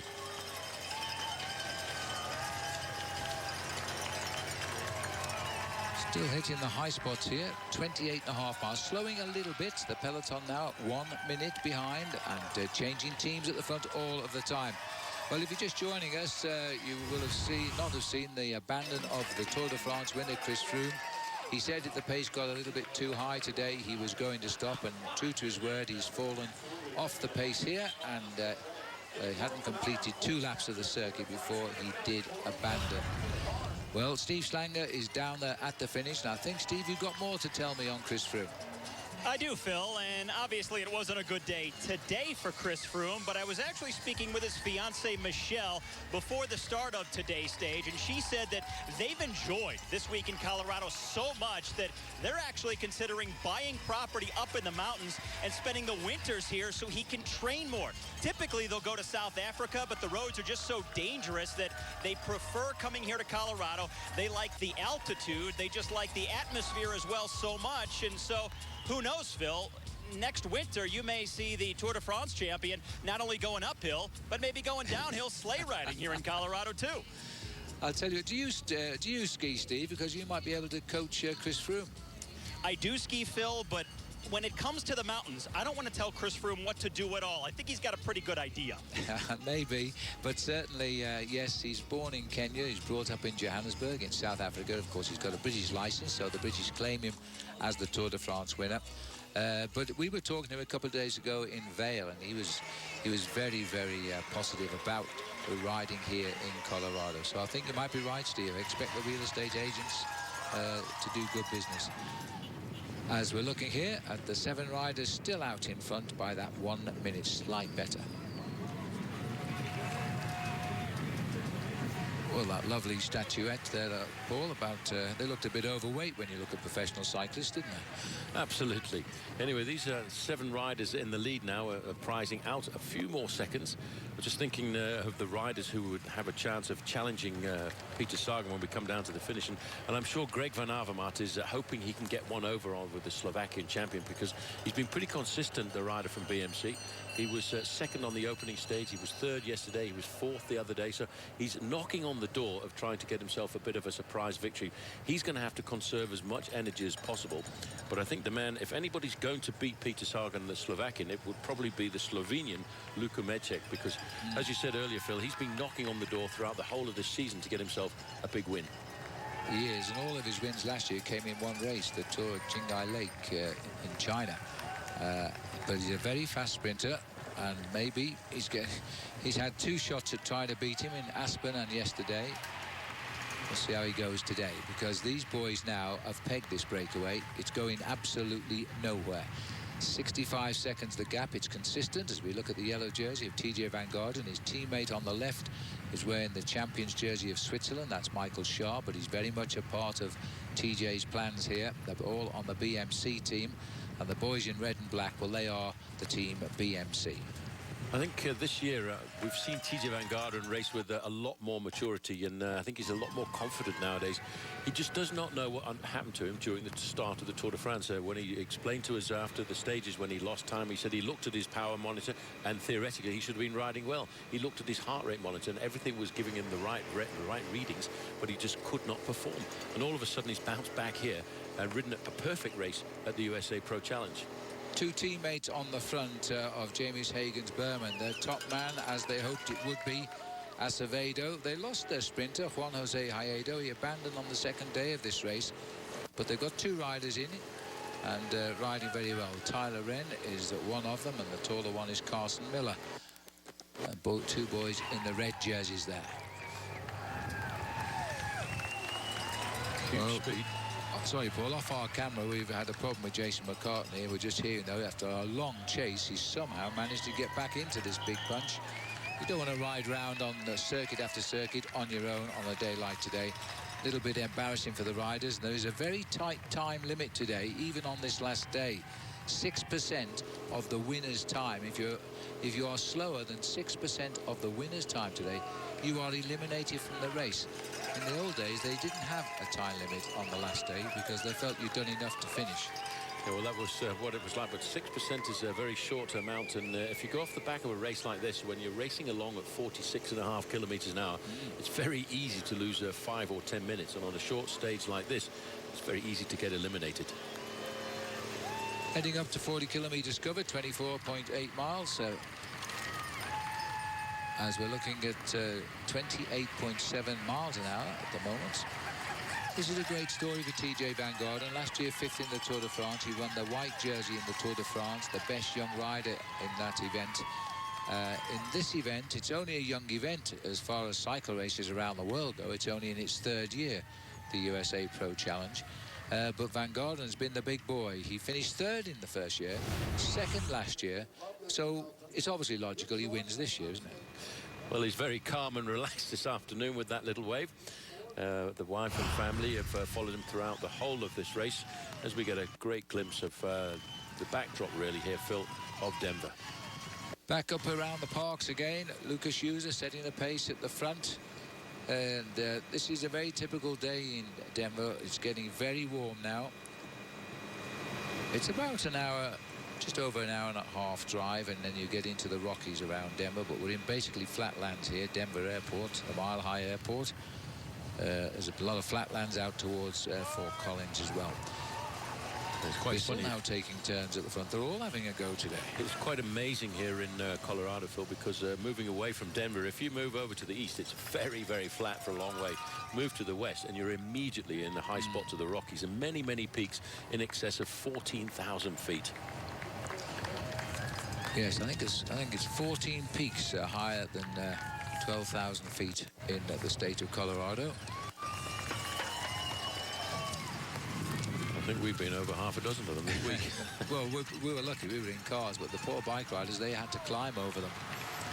A magical drive when we left Aspen after the first stage of this race, going over the top of Independence Pass, which peaks out at 12,000 feet. And a rather nasty late afternoon mountain storm cloud came down as well. Tyler Wren throwing off his drinking bottle there to the team car, but they won't be picking that up.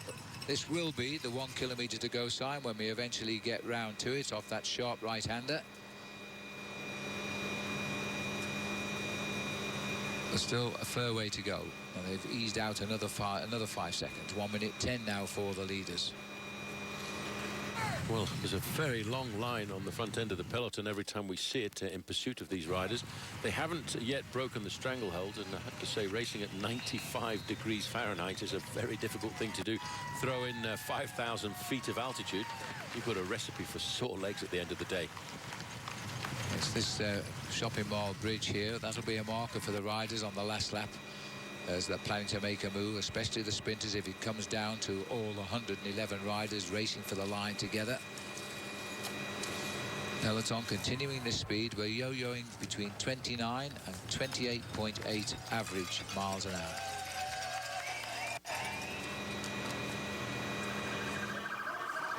Here we go. Completing 3 circuits and 5 more to go here. Last time they got to this point, they had a lead of 1 minute 20. So, as I said, the peloton are pegging this breakaway right now for sure. Well, they've pretty much just got them locked in at the amount of lead they want. That bell indicating next time round there is a sprint point for the first 3 riders to cross the line. None of these riders really concerned about that competition, which has been very much dominated by the Slovakian champion Peter Sagan. Yes, they can race for the Cliff Bar sprint points. There's only 5 each time they win those sprints. And Peter Sagan, with his 3 stage wins and a 3rd place, is very well up in front over the rest with a great lead. Well, the last time check over the race radio was 1 minute and 5 seconds. So when they come up to the finishing line, we'll get a chance to see just exactly what the new gap is.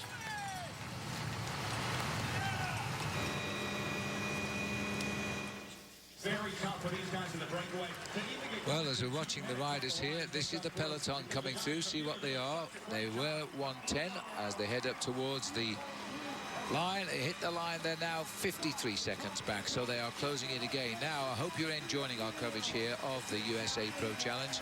We are moving over now to NBC itself for the exciting conclusion of this race, where we should see TJ Van Garderen, the American and Colorado resident, crowned.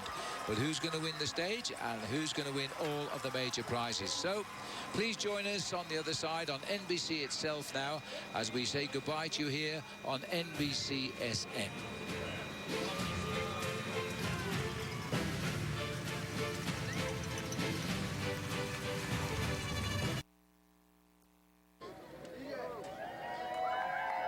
We are downtown Denver, Colorado at the end of a week of racing around the state. It's a big day for the Smashburger yellow jersey leader and Colorado resident, TJ Van Garderen. The race live next.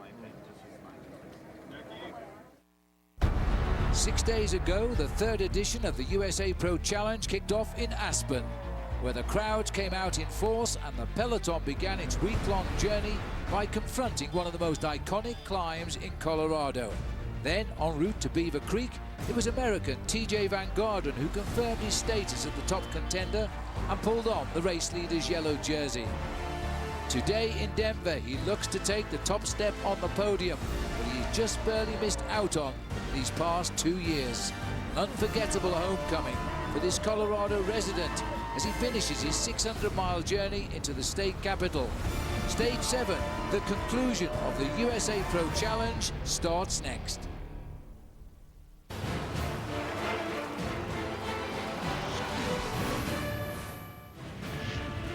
Yes, welcome everybody. The sun is beating down. It's hitting 100 degrees in downtown Denver for the final day today. It's Stage 7 of the US Pro Challenge presented by Smashburger. It's 72 miles. We're already underway, so we're also going to say welcome to viewers who have been following this race earlier on NBC SN as well. This is the situation. 7 riders are clear. There are the names for you. None is upsetting the situation overall. The yellow jersey still remains firmly on the shoulders of the Colorado resident, TJ Van Garderen. The profile may look a little bit ugly here in downtown Denver. It is a 9.1 mile circuit, but it's only gentle undulations really. There's only a 3-foot difference in elevation all of the way. Now we're out on lap number 4 of 8 here, and these 7 riders got away on the first lap. Ben King, David Lozano, Chris Juul Jensen of Denmark, Carson Miller of the Jamis American team, Chung Kai-Feng of Hong Kong, Lucas Yusa and Tyler Wren are the men setting the pace. They've been out as much as a minute 20, but you know, this peloton has got them in their gun sights, and they're hovering around about 60 seconds off the front. For me, they're just trying to keep them out there, letting them fry under the Denver sun. It's getting warm, by the way. They started racing today just on 1 o'clock local time. They've been going now for just over 1 hour. As you can see, the Denver residents have turned out in their thousands. So alongside me, Paul Sherwin talking away. And Paul, it's a beautiful day here in Denver, Colorado. We're looking now at that group again, nudging out the lead a little bit. Well, it's just going forwards and backwards all of the time here by around about 10 seconds, either to 55 seconds or to a 1:05. And I think that's because the main field have got it under control. They know just exactly how much effort they want to put in. And sometimes it calms down a race when you have a breakaway off the front, because it stops all the attacks coming from the main peloton. And it makes it easier for the sprinters because they're riding along at a steady tempo all of the time. We're racing through City Park here now, which is on the far end of the course. It is a lap of 9.1 miles or 15.5 kilometers. We are on the halfway lap at number 4. When the riders get back to the start-finish line, there will be a sprint in the Cliff Bar standings, but quite honestly, Peter Sagan, the magical sprinter all week, he's won 3 stages out of a possible 6 of this race, has built himself a runaway lead in the sprinters competition. And both Paul Schoen and myself, we think that Sagan is the man to beat again today. But first of all, he's got to bring back that breakaway. The overall leader is TJ Van Garderen, and in our Novo Nordisk team tracker, he's down there holding good positions. Let's have a look as we look at the tail of the peloton. The riders here being dragged into a long thin line now as we continue just below 29 miles an hour average speed today. I noticed TJ Van Garderen, Phil, he's riding very close to the front end of the peloton. He's got a teammate just in front of him. He's quite happily riding in the yellow jersey, and he's got a comfortable start overall position in this race. As they started today, there was no change in the overall lead yesterday when we finished in nearby Fort Collins, about an hour's drive away. TJ Van Garderen in yellow with a 1:30 lead over his teammate Frank, 1:42 over his big rival Tommy Danielson, another Colorado resident there. And from Colombia, Janier Acevedo, he's 2:10 back. And Lachlan Morton, if you've been following the action all week with us, then you know that Lachlan Morton wore yellow for 2 days. He's now finishing 5th and best young rider.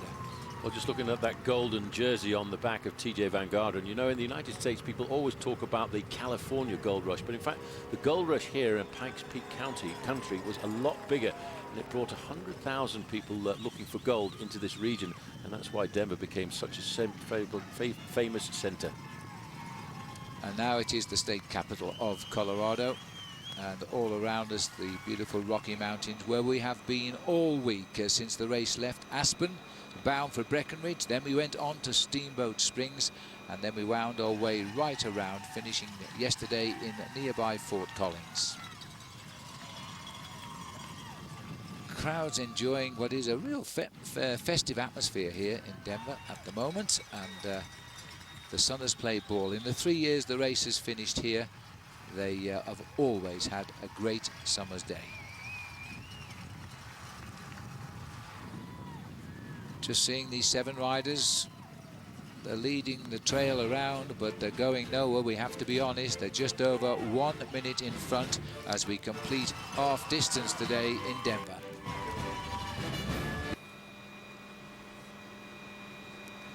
Welcome back to downtown Denver. A lovely summer's day here, 100 degrees. We're in the Smashburger Stage 7 of the USA Pro Challenge, and it's just approaching the halfway mark now of the 72 miles. On the menu at the start of the day, these 7 riders got away almost from the gun today on the first lap, and now they're coming through towards the end of the 4th. We've got Ben King, David Lozano, Chris Juul Jensen, Carson Miller, Chen Kaifeng, Lucas Yusa and Tyler Wren up front.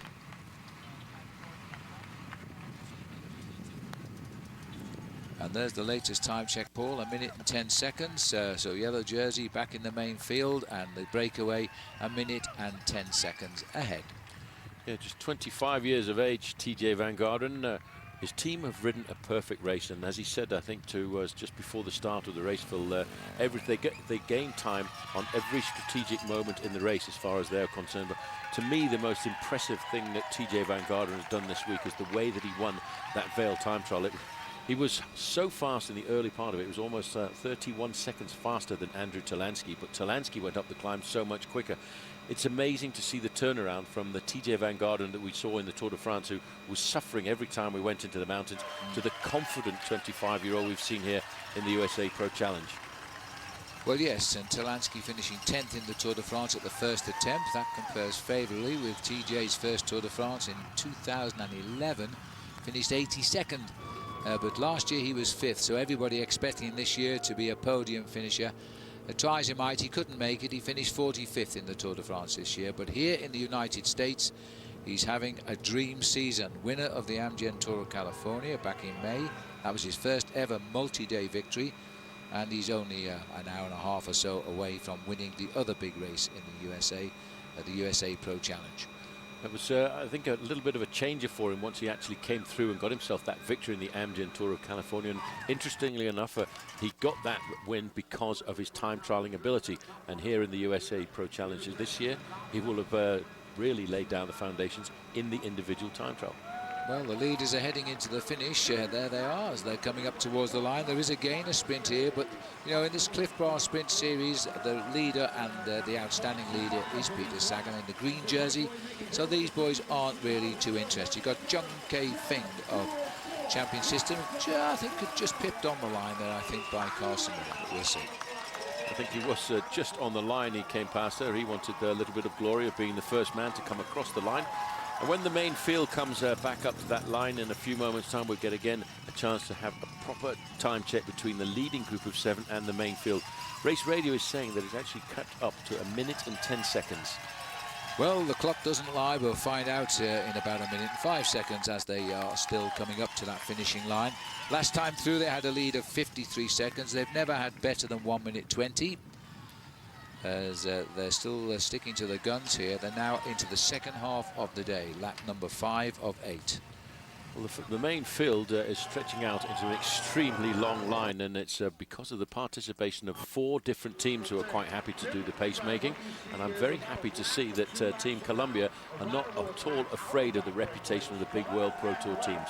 Well, they are up a little bit because it was 53 seconds last time, so it is building, and it looks like that's pretty accurate time check we got earlier. So they go through 1 minute and 5, the gap. There is TJ Van Garderen. Concentration. Simon Gesker in the white jersey going through, all mixing up here. The boys are really turning on the style because, you know, the speed has been on since the drop of the flag, and the current average for those first 4 laps of this 8-lap race, 28.8 miles an hour. You know, I reckon on a normal day you couldn't average that in a motor car down here in downtown Denver. Back with the leaders. There's the result of the Cliff Bar Sprint. It wasn't really a sprint. They gave it, though, quite rightly too, to Tyler Wren, who just pipped Chung Kae-Feng on the line. Well, the race goes on. We're in the second half now as we get closer to the big finish. That'll be a great game. Chelsea's made a magical start, back with a new manager, with Mourinho, their ex-manager, back again. Crowd favourite indeed, the Portuguese manager. Be a great match, and of course Manchester United now are without Alex Ferguson, although he stayed on the board. He'll keep an eye on him, I'm sure. So the breakaway here, 7 riders now back into the City Park. Down there we've got a number of teams willing to help out on the chase. As you can see, a lot of different coloured jerseys at the front. Normally it's just one. The Team BMC of TJ Van Garderen taking their leader towards victory today in Denver. The black jerseys are on Team Cannondale. They are from Peter Sagan. And we've got the white jerseys further back of Argo Shimano. I think it's Bissell down there as well. There's a little pan of the peloton for you. Nobody talking today because the average speed is pushed up to 28.8 miles an hour. It's a big average to be holding as we go into the last 3 laps of this race. We're about to show you TJ Van Garderen on our Novo Disc Nordisk tracker, but there we are, we found him, popped out from behind the building, and he's holding a good position, keeping nicely out of trouble. And as we look there at TJ Van Garderen, we can go outside the commentary box to my old mate Steve Slanger, who's going to tell us more about the race leader. Steve. Well, Phil, a big coronation day for TJ Van Garderen on this Sunday in Denver, and really it's been a significant week for him.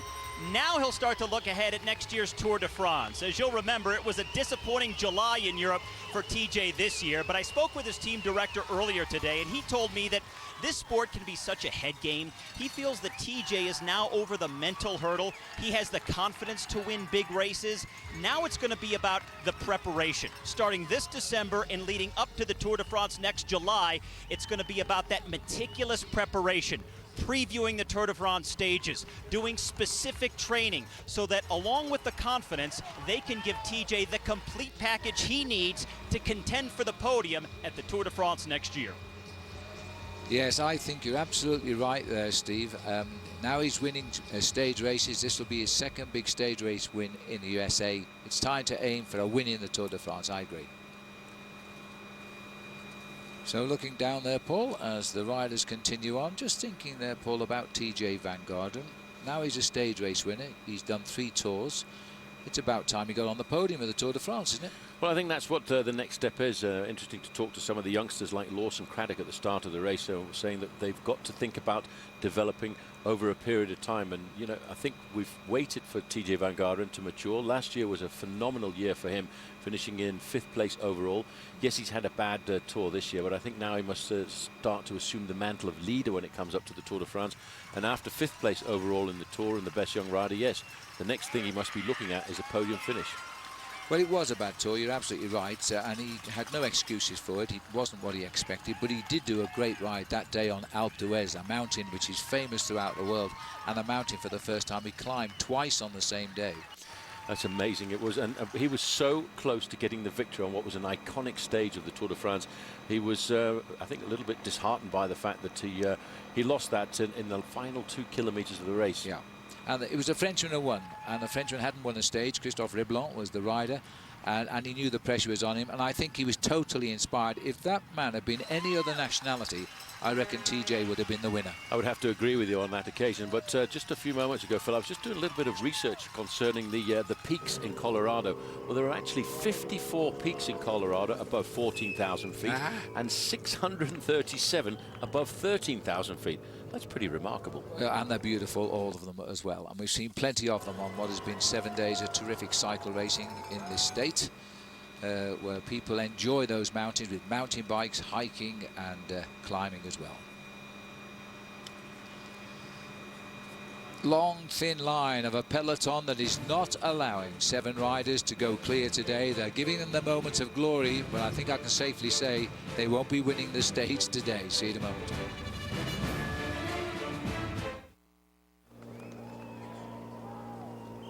The high speed continues here in Denver as the riders now speed towards the conclusion of the USA Pro Challenge. This is the breakaway for you. Highest place rider in the breakaway is Lucas Jusa, just over 4.5 minutes behind the time of TJ Van Garderen. It's an international stage race, and if you don't understand the timing, let me quickly explain. The riders' time for each of the daily stages, of which there are 7, are added together. The man with the lowest time is the leader of the race. It's quite simple, isn't it? And the man who's got the lowest time is in yellow, so we can spot him, and that's TJ Van Garderen, a rider from Colorado today. He's moved recently to Aspen, where this race started, and he is now riding towards his first victory in it. There's the crowd. There's a lovely crowd all the way around this 9-mile circuit today. And of course they reach their climax in the home straight where the riders visit every lap. It's 8 laps in total. We are now out on lap number 5. The breakaway is still clear. And the gap is 70 seconds. And it's been like that for the last 4 laps. They've gone absolutely nowhere. So the peloton is keeping them under control. And very shortly I expect to see a reaction and bring them back to the fold.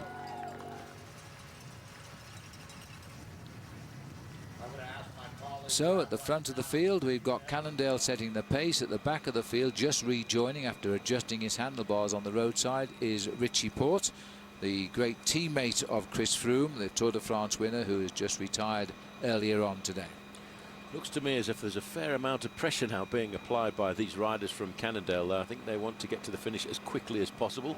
We're going inside of 50 kilometers now to go to the finish. That's 31 miles of racing. As the 7 riders who are off the front of this race, they're still hoping that they will survive. But the speed in the peloton, Phil, makes me think it ain't going to happen today. I don't think so. There's no prize this time around, by the way, either, as they go through on the completion of lap number 5. They're not there yet. This is still the breakaway. That's Jensen of Saxo Bank on the front. This is the, now you see these boys are in real fast tempo riding style. They are tapping out a rhythm here just on 29 miles an hour. TJ Van Garderen all of the time sitting close to the front end of the main field, about 10th to 12th position. Good place to be. Stay safe. He'll have his teammates around him, because the only way he can lose this race now is by an accident, and heavens, he doesn't want that to happen and end a perfect day. So he'll just try and ride in a safe area of this peloton, because these boys, they ride very, very close together, an inch apart. A touch of wheels often results in a complete stack-up. But you notice that he's always got a teammate alongside him. He's got one teammate in front, one teammate behind. That's to make sure that he's, if you like, he's kept in a safe envelope and protected from the possibility of any accidents, while at the back of the race, Richie Porte is trying to get back on. Yes, Porte was reported to having stopped here earlier, just a moment ago, and adjust his handlebars. Now it looks as though he's coming in. Another rider's just pulled off to the right there with a flat tyre. This is all happening here. Sorry about a little bit of the fragmentation of our picture. It's caused by the buildings, but as we look down, let's see if we can catch up now with Steve Perino. He's following the leaders. Steve. Yeah, we're right in front of the leaders, Phil. Sorry, we've been out of touch on a little technical issue, and as I was waiting to repair it, I heard nothing but, are you the guy that gets to talk to Phil and Paul? Are you the guy that talks to Phil? Yeah, I'm the guy that talks to them. And they all wanted to say they learned everything they know about cycling from you guys. But I want to see if I can drop a little knowledge on you today, because I too have learned everything I know about cycling from you. But when it came to yesterday, Rory Sutherland, he went 40 seconds at 850 watts to try to overtake Peter Sagan. That was almost successful, because it turns out that if you want to try to beat Peter Sagan, you're going to have to produce something more in the neighborhood of 1,800 watts max. Yeah. It has a max of a little under 1,400. So if you can't produce it, you got to try it. Maybe a long shot. Yesterday it almost worked. So today, maybe we'll look for some other guys to take some more creative approaches to somehow beat Peter Sagan in a sprint. All right, well, there's going to be a requirement for some high wattage in the race now, Steve, because we're just seeing that Richie Porte, having tried to adjust his handlebars himself, has now been forced to change his bike. It's hardly a quick change. In fact, he looks as though he's just about to pop down the bakery here and pick up a coffee and cake, because he's in no hurry at all to get back into this race. This is the rider who was absolutely superb in helping his teammate Chris Froome win July's Tour de France. Well, will he get back or not? It doesn't really matter, in all honesty, because he's not a challenger to this man's yellow jersey. TJ Van Garden's dream story goes on. Take a look at that, because down there it is the Sports Authority Field at Mile High, home of the Denver Broncos.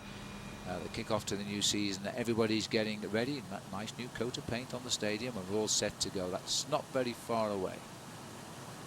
And I think if I've just told you it was tomorrow, that football is tonight. So my apologies for that. So it is tonight.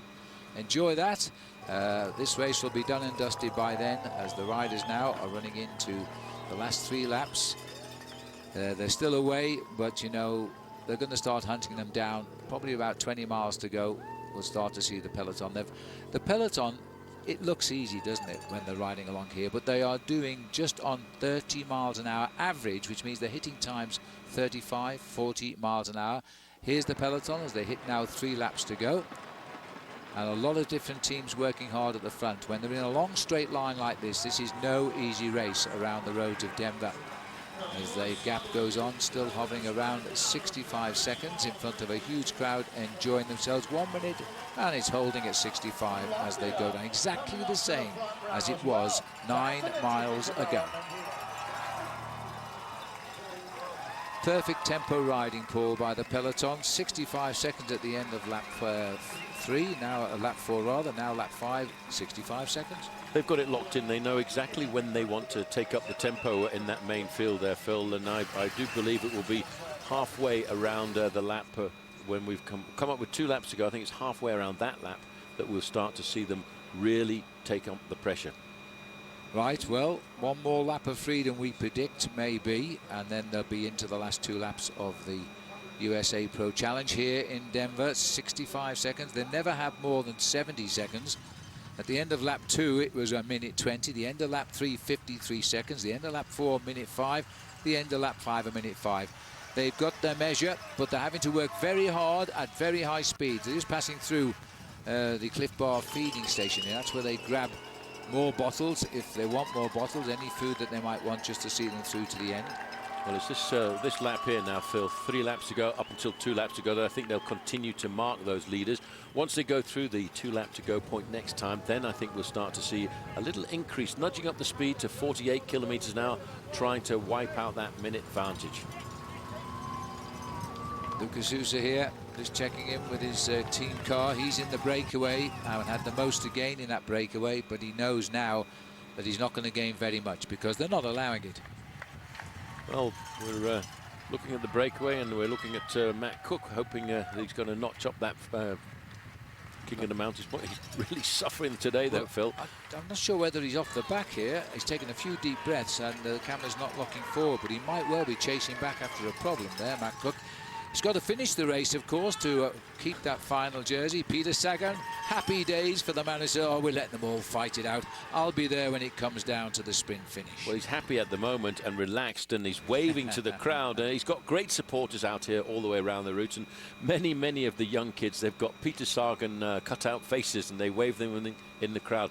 He'll be a lot more concentrated, though, Phil, once we come to 1.5 laps to go, because he will be looking to try and get himself his 4th stage victory out of 7. Now, that's consistency. Yes, it is, and it's a man who's never been to Colorado before, and he thought it was all mountainous. He began to wonder why he'd come here, and he's won 3 stages already. Just looking at Lachlan Mornan, he's on the Garmin Sharp team. And let's learn a little bit more then on the Garmin team from Steve Slanger. Well, Phil, I spoke with Garmin's team director earlier today, Jonathan Vaughters, and he said, hey, we gave it our best shot this week. He said, the thing we're most proud of, we didn't play it conservative. And Phil, you know that in this sport, sometimes if you go for the win, you risk losing the podium or an overall high placings. And sometimes because of that, teams play it more defensively. He said, we didn't do that this week. We went for the win. We took our best shot. TJ Van Garderen was simply the best rider. So I think that Vaughters comes away feeling proud of the effort, knowing they did everything they could to try and win this USA Pro Challenge. That's right, and I think probably their biggest disappointment, or certainly one of their riders, Steve, was Andrew Talansky, losing that terrific time trial when he was led throughout till the last man arrived, TJ Van Garderen. Exactly right, because Andrew told me on day number 2 he was targeting the individual time trial. He lost time on stage 1 simply trying to adjust to the altitude, so he really wanted that time trial, collapsed after his effort. He had a course record, and then the only man left on the course, TJ Van Garderen, last man up the hill, sneaks by him by just a few seconds. Tough day. Yeah, thanks, Steve. We're in City Park right now. A fabulous atmosphere. The riders racing through. They're still going on this race to nowhere. 1 minute the gap now as the peloton are still hunting them down. Well, let's give you one of our famous drift aerial views. Today we have chosen downtown, the city of Denver, the last stop-off for this year's USA Pro Challenge. We'll take a break. Rejoin us here. We're getting closer to the finish.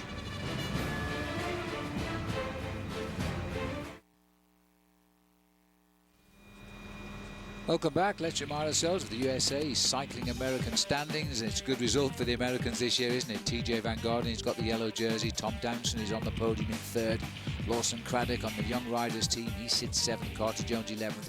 Lucas Jusa in the breakaway at the moment in 15th, and would be as high as 9th if the race were to end now. Now this is Chu Kai Feng at the car.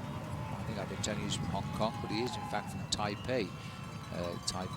Which is very often where the bicycle frames are made, as he rides for Champion System team, and he comes up behind there. 82nd overall, 41 minutes slower around the course than TJ Van Garderen.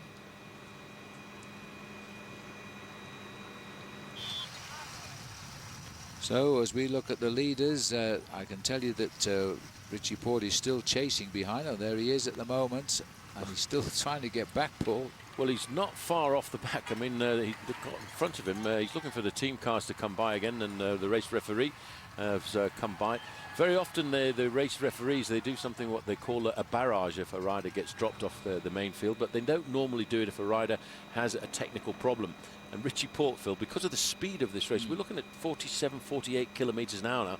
Because of the speed of this race, Richie Porte, who was a real strong man in the Tour de France 3 weeks ago, is having a hard time getting back into this race. Well, I'm not surprised. They've never slowed down. They've never gone below 30 miles an hour. They're just putting on so much pressure. Porte doesn't seem terribly happy. This is the sort of distraction he wouldn't have welcomed at all at this stage of the race. Now with the pace around downtown Denver here at 46, 47 kilometres an hour, which is pretty close to 29 miles an hour, it's difficult to come back into the race. And when we talk about Richie Porte, when we were talking about him during the Tour de France, we used to regard him as being the MVP, or the most valued player, because every time Chris Froome was in difficulty, that man was alongside to help him. Well, in his own right this year, he's won 7 races, and he became, in March this year, the first Australian to win the French Classic race between Paris and Nice. So from the suburbs of the great city in France, right down to the Côte d'Azur. Never been won before by an Australian cyclist. Well, Richie Porte has said next year he wants to be the leader of his squad when it goes through to the Giro d'Italia race, which he believes he can win. It was here in the Tour of Italy where he really first came to prominence as far as we're concerned. He's using the slipstream of his car to try and get himself back into the main field. I think the referees will look the other way at this point because they know he's had 2 problems with mechanicals. Yeah, it's true. He's had a mechanical. They might turn a blind eye to that, but he's not really supposed to be paced up by his team car there. Well, the first part was he was trying to adjust his handlebars, and then when he felt that it wasn't quite what he wanted, he had to stop at the side of the road and change his bike. And that took quite a long time. I thought it was rather a slow change, and he didn't really panic. But then he's found himself caught in no man's land, trying to get himself back into the main field. I feel he wants to finish this final stage just as a point of pride. Yeah. Well, like Chris Froome has had to pull out this morning with a very tight chest here at altitude. Remember, we're over 5,000 feet up here, even in Denver itself. Long straight roads here. There aren't many long straight roads as we continue to see the riders swinging through. This is the peloton, and it looks as though Team Cannondale are turning a little bit angry right now. They're trying to whip the pace up. Keep your eye on that time gap. It might well come down. It's already down to 50 seconds. 15 seconds. There is Richie Porte. He's come round the race car. He's back on the back.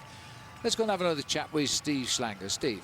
Phil, it's been a struggle here for the last couple of laps for Richie Porte, but he told me earlier in the race he's really enjoyed his time here in Colorado, and he said he's definitely coming back to the race next year. And in fact, after this race today, he and Chris Froome are both staying in Colorado for the next 2 weeks. They're going to do some training, they're going to do some sightseeing, and you know what? They're going to go fishing. So as of tomorrow, look for the Tour de France champion flipping lures on a river here in Colorado. Well, there are plenty of rivers here in Colorado for him to go fishing on. And maybe he's also going to buy that house you were telling us about, Steve. Well, you know, you got to set up the real estate agent. You got to make sure it's on a river. There's a lot of details when house hunting here in Colorado. Absolutely right. Well, we're looking at Richie Porte. He's tagged onto the back of the peloton. He'll continue now to be dragged around. They'll be doing some very valuable training miles as well. They won't just be fishing, take my word for it. They're aiming now for the World Championships, which will take place in a couple of weeks in Florence, in Italy. And Chris Froome himself told me that he was going to the Tour of Beijing in China in October as well.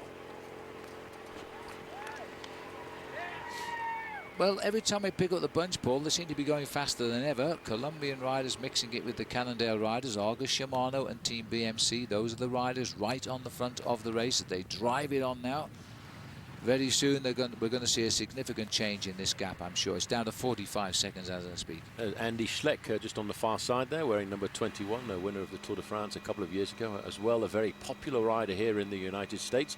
Although I think 1 or 2 of the big climbs allowed him to come unstuck. But certainly there is a big speed in this main field. And I'm surprised, Phil, actually, that 7-man leading group is still surviving. I still think that they will get picked up halfway around the next lap. That'll put us 2.5 from the finish.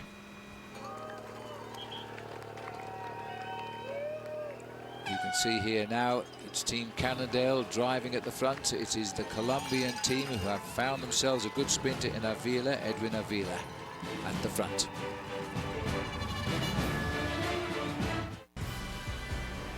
Just looking here at the Pepsi Center now on downtown Denver, the state capital of Colorado, and it is the veritable Tour of Colorado coming home today, the USA Pro Challenge, as the riders have really whipped up the pace now. The latest time gap is just 35 seconds as we have an attack from Jameis as he moves out the back.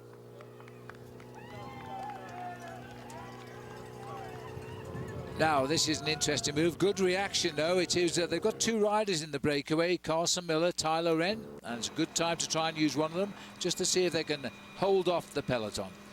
Well, I'm not sure that was the best ideal. 2 laps, almost, just over 2 laps to go to the finish, because what happens when you've got a guy who makes a move like that in the breakaway, all of a sudden, these guys have been collaborating together for a long period of time, and when somebody attacks like that, you say, well, if you want to attack me now, I'm going to sit on. and they've come back together. They haven't gone away. The peloton now still sitting off at 35 seconds, but on that straight, I think they can actually see the breakaway now. Yes, that 35-second advantage, Phil, corresponds to around about 500 meters. So in these long, wide boulevards in downtown Denver, they will be able to spot the riders in front of them, and they now will have a real idea of what sort of effort and when they need to make the effort to catch the guys in front. Yeah.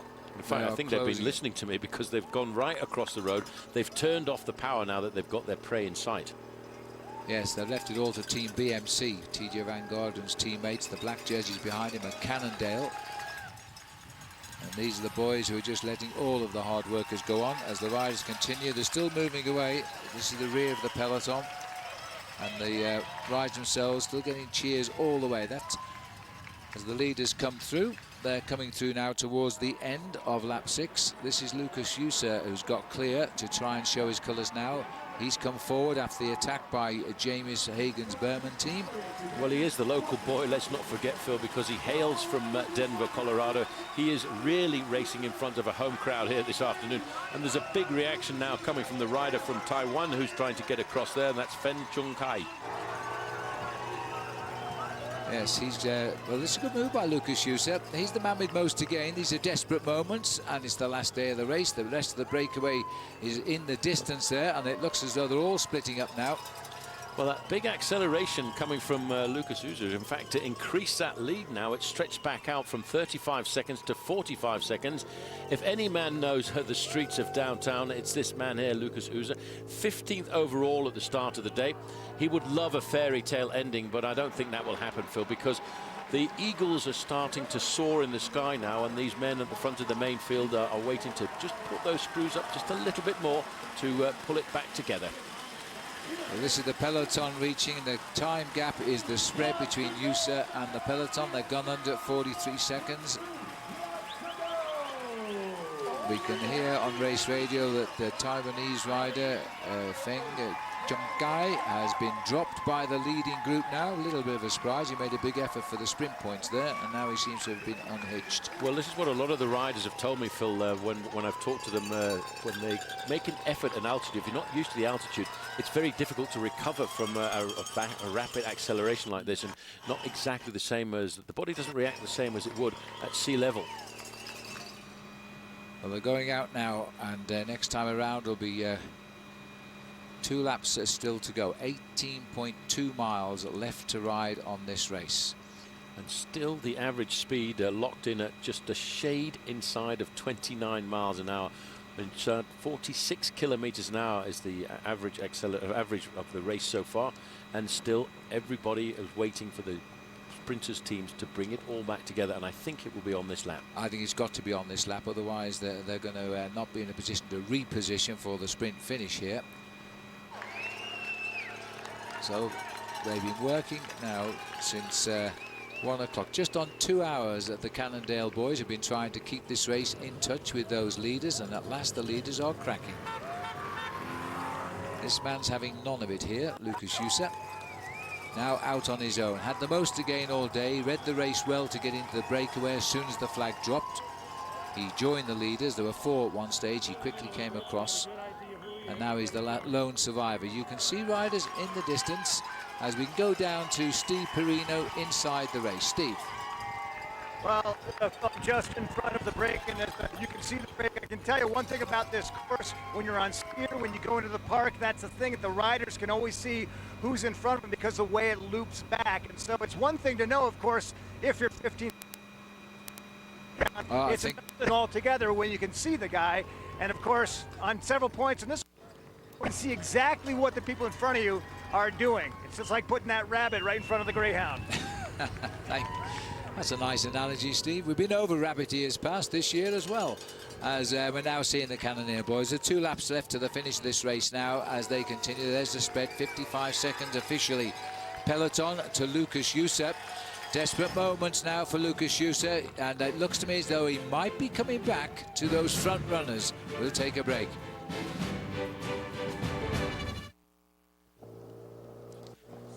We're looking at the lone leader here now, Lucas Yusa, as he threads his way through City Park for the penultimate time. Well, the breakaway has imploded. There's little groups now trying to catch up, but he's pulling away from them, although the spread across the board to the back of the field is just about 40 seconds just at the moment. We might be able to show you all that now, because there is Lucas Juicer down there plodding a lonely trail. There's two chasers led by Ben King on the Radio Shack team in black. Looks as though they might get back up to him, and a fine effort by Ben King. Spreading back around the corner. Anybody else left apart from the motorcycles in our view? Well, a couple of remnants down there as well. That's the remaining three. And then two, there they are. There's the peloton. That's the spread. Those three riders in front were originally in the break. They're going to be brought back now. Well, there's no doubt about that now, Paul. These boys are flying right now. We've pushed up to virtually 30 miles an hour average speed for the whole day of racing. And Lucas Juicer is just hanging on. Yes, I just noticed the remnants of the breakaway being picked up by the front end of the main field, so there's not very many men left in this race. I think the race situation, Lucas Juicer is leading by 10 seconds from two chasers. David Lozano is one of them, and Ben King is the other. But the main field are turning up the screws now. They are at just 35 seconds in arrears. Well, they won't give up behind, as those two are bridging the gap. They're going to come back. It would be helpful for Juicer if they were to catch up. Three riders would hold them off better than ever, but look at this now. The Cannondale boys wiping out Carson Miller there from the Jamis team. He's gone back into the fold now. It's soon going to be those three riders up front versus the rest. Yeah, now's the serious business this afternoon of trying to win the final stage. All of the riders, if they cross the line at the same time, will be given the same time. So TJ Van Garderen will win this bike race overall. But they've got a little bit of a problem for the sprinters. The sprinters always like to try and pull the race back together in the final few kilometers of a race like this. This is the lone leader, Lucas Juicer. His advantage, 40 seconds over the main field. He was 7th overall this year in the Tour of Gila. And he's an exceptionally good climber, 4th in the Tour of Utah. He's got great form. We saw that yesterday when he rode on the race down into Fort Collins, but on that occasion he was using the inclines of the road to his advantage. Here's Ben King just coming back. Yeah, Ben King comes up to him, so we've now got them all back together again. It's Carson Miller here, the taller of the two, so it was Tyler Wren the peloton just picked up. They're both on the same team. So we've got Miller, Juicer and King now in the lead. Well, but if they look over their shoulders, the gap to the main field now is only 30 seconds. And at these speeds, at 30 seconds corresponds to about 400 meters. The main field now, Phil, which is now being led by BMC, which is the teammates of TJ Van Garderen, the overall leader, who just recently moved away from Boulder, Colorado, to take up residence in Aspen, is sitting comfortably there, just ticking over these kilometers, waiting to be crowned the overall victor. Well, Team BMC bringing all of the team to the line with the exception of the British rider Steve Cummins, who had to abandon only yesterday on the 6th stage, suffering from asthma as the riders came away from the mountains and got to lower levels. The pollen count took its effect on poor Steve and he had to abandon yesterday. The others coming home here. Quite amazing that the rider from the United Kingdom was riding quite comfortably in the big altitude, and it was the lower altitude where the pollen count was higher. Absolutely. There's the three leaders as we rush up the road as best we can. And there's the peloton. A lot of riders massing at the back as the gap continues to close. Inside 30 seconds now. All those lime green helmets are the teammates of Peter Sagan. BMC working very hard, and they're really doing this because they have one sprinter capable of taking on Peter Sagan, and that is Greg Van Avermaet. So let's have a look at some of the shots of the week here, our drift clips of the day from our cameras on the bicycles, low-level shots. We've been some great images around Colorado, that's for sure. These boys at times, we clocked them at 50 and 60 miles an hour coming away from the Rockies. That's our drift clip of the week of racing here in Colorado, and it's coming to an end now as we head up towards the Bell Lap. 13.9 miles to go. It's a 9.1 mile circuit, so we're heading downtown for the Bell eventually. This is Ben King on the left here. Carson Miller is in the red. Lucas Juicer been joined by them, the three survivors of the 7 who have been clear all of the afternoon of racing. But the gap continues to tumble. They might just get through onto the last lap by the skin of their racing shorts here. That's Miller ahead, heading down towards the finishing line. Still a little way to go. The crowd have enjoyed this spectacle. They've stayed with us all the way since this race began at 1 o'clock local time. Meanwhile, we are winding down here in the USA Pro Challenge. We are looking for the bell and the start of the last lap in what has been a 72-mile circuit of Denver. And the riders are still out in front, but on these long straightaways now, there's the peloton. Take your eyes to the top of our picture. You will see the 3 riders out front. Here they are. And it is Carson Miller of the USA in the red Jameis jersey. On the left, we got Ben King, also an American. He rides for the Radio Shack team. And the man who's been setting the pace is Lucas Usa of United Healthcare. 3 Americans trying to steal the day here. And they're hanging on, but the lead is not looking good. 15 seconds. There's the profile of the day. That's of 1 lap. We've done 8 of them. We've got 1.5 laps still to go. No big elevation today as we race here down in Denver. Well, quarter of a minute's not very much, Paul. The 3 leaders trying to stay away at least to the bell, but these boys have a horrible habit of doing the catch in sight of the finish.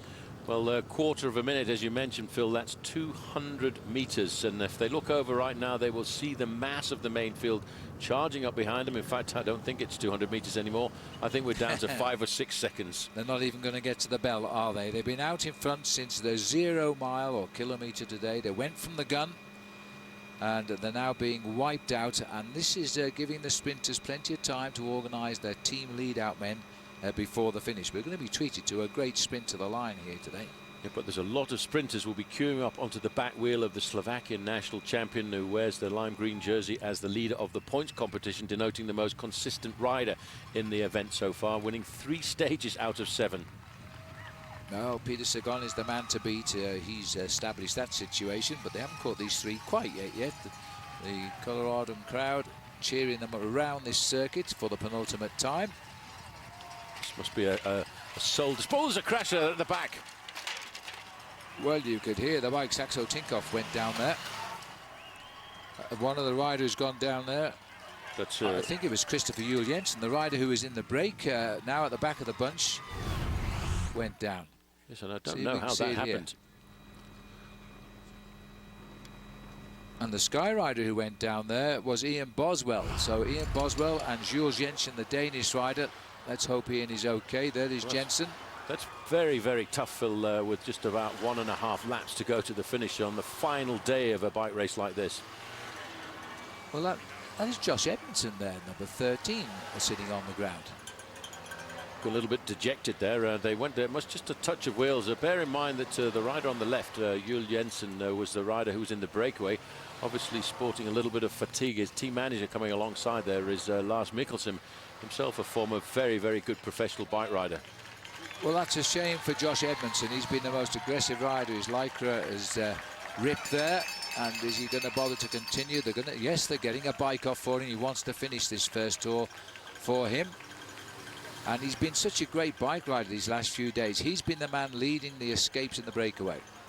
But he's not going to get the bike. In fact, the mechanics decided to put it back there. He's going to call it a day here. But I think it looks as if Chris Juul Jensen there, number 44, he's putting bottles onto his bike, so that's an indication that he wants to ride round this final lap and a half and finish this race today. Well, the crowd give him a nice cheer there as he rides away. Paul, he's got to keep racing because the elimination time is more than 6% slower than the time, you know. I don't know if you heard that, Paul, but that was a nasty sounding crash there. It really was, as they got that touch of wheels in the back of the race.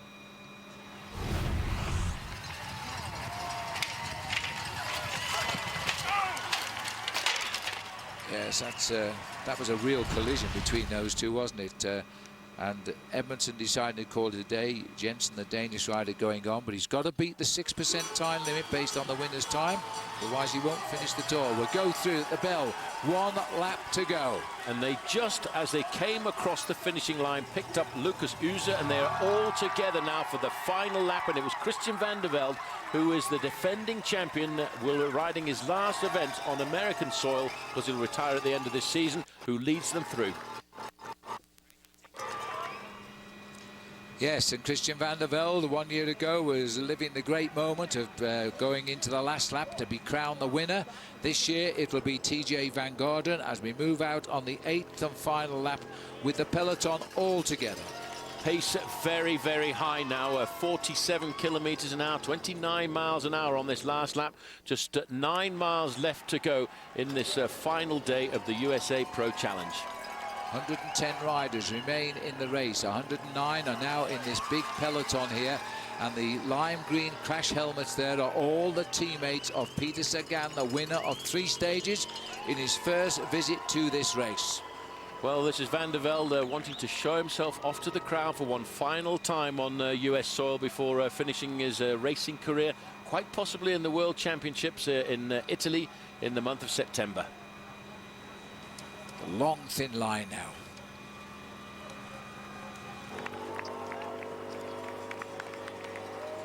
So as we watch the riders here being drawn into a long, thin line here, the crowds cheer these riders every inch of the way. Let's have a look at the race summary here. This is how it all happened. Christopher Froome, the Tour de France winner, abandoned. Ben King took out the first sprint, and the breakaway was underway then. Tyler Wren won the second sprint. Lucas User then broke away on his own with 19.2 miles to go. The peloton caught up with 9.7 miles left to race to the finish of this 72-mile stage today. And Team Sky have now lost one of their likely winners today, Josh Edmondson. They've only got 4 riders left of their team.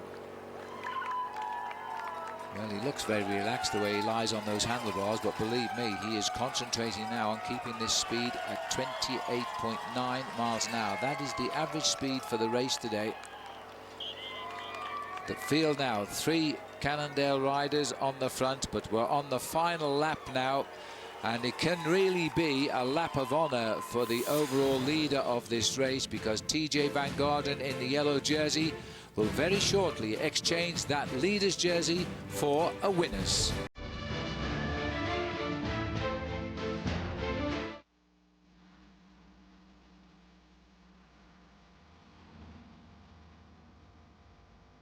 Have you ever noticed how skeptical people are of free? As if the word free automatically means something must be wrong. But what if free really just meant free? Get mobile banking, alerts, and great customer service, and get it free.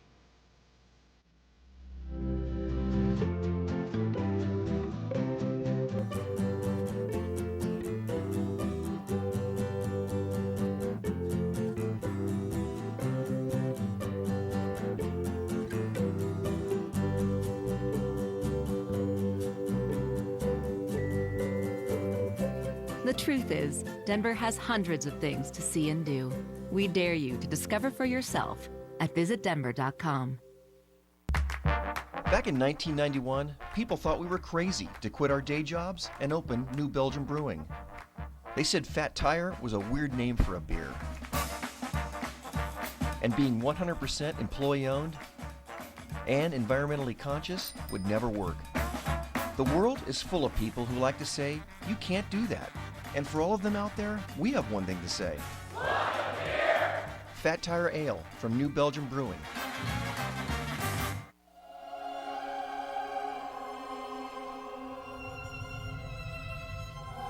There are things that happen once, and then never exactly the same way, ever again.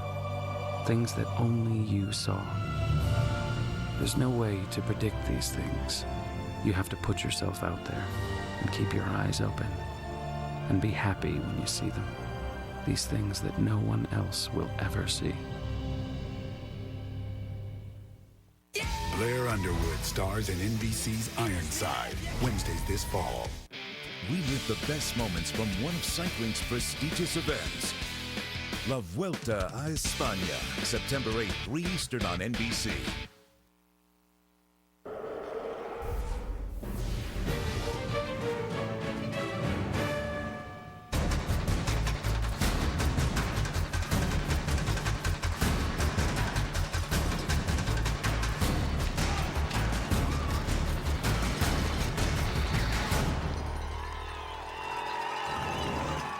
The stage is running to an end here, stage 7, as we head down around Denver, sponsored by Smashburger today. There's been 8 circuits. We're on the very last circuit now of just over 9 miles. We're in City Park at the moment. All of the riders are together, and that gives us a good chance to catch up with Steve Perino.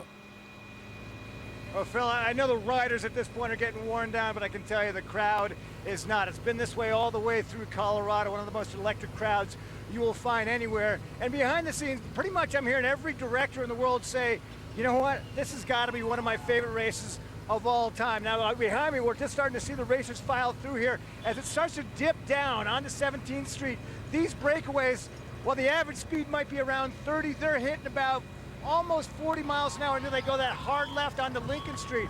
That's when it's getting a little dicey, but I can tell you what, man, these speeds, while the average is around 30, they're jumping well over 45 at points coming into the city.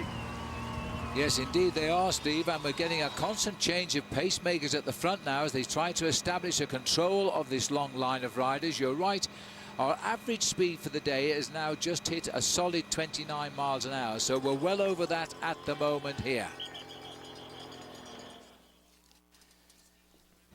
Now, Peter Sagan is down there, Paul. He's got himself in a very good position, about 15th rider at the moment. The red jersey of Greg Van Avermaet, the Belgian sprinter and great rival, is up alongside him.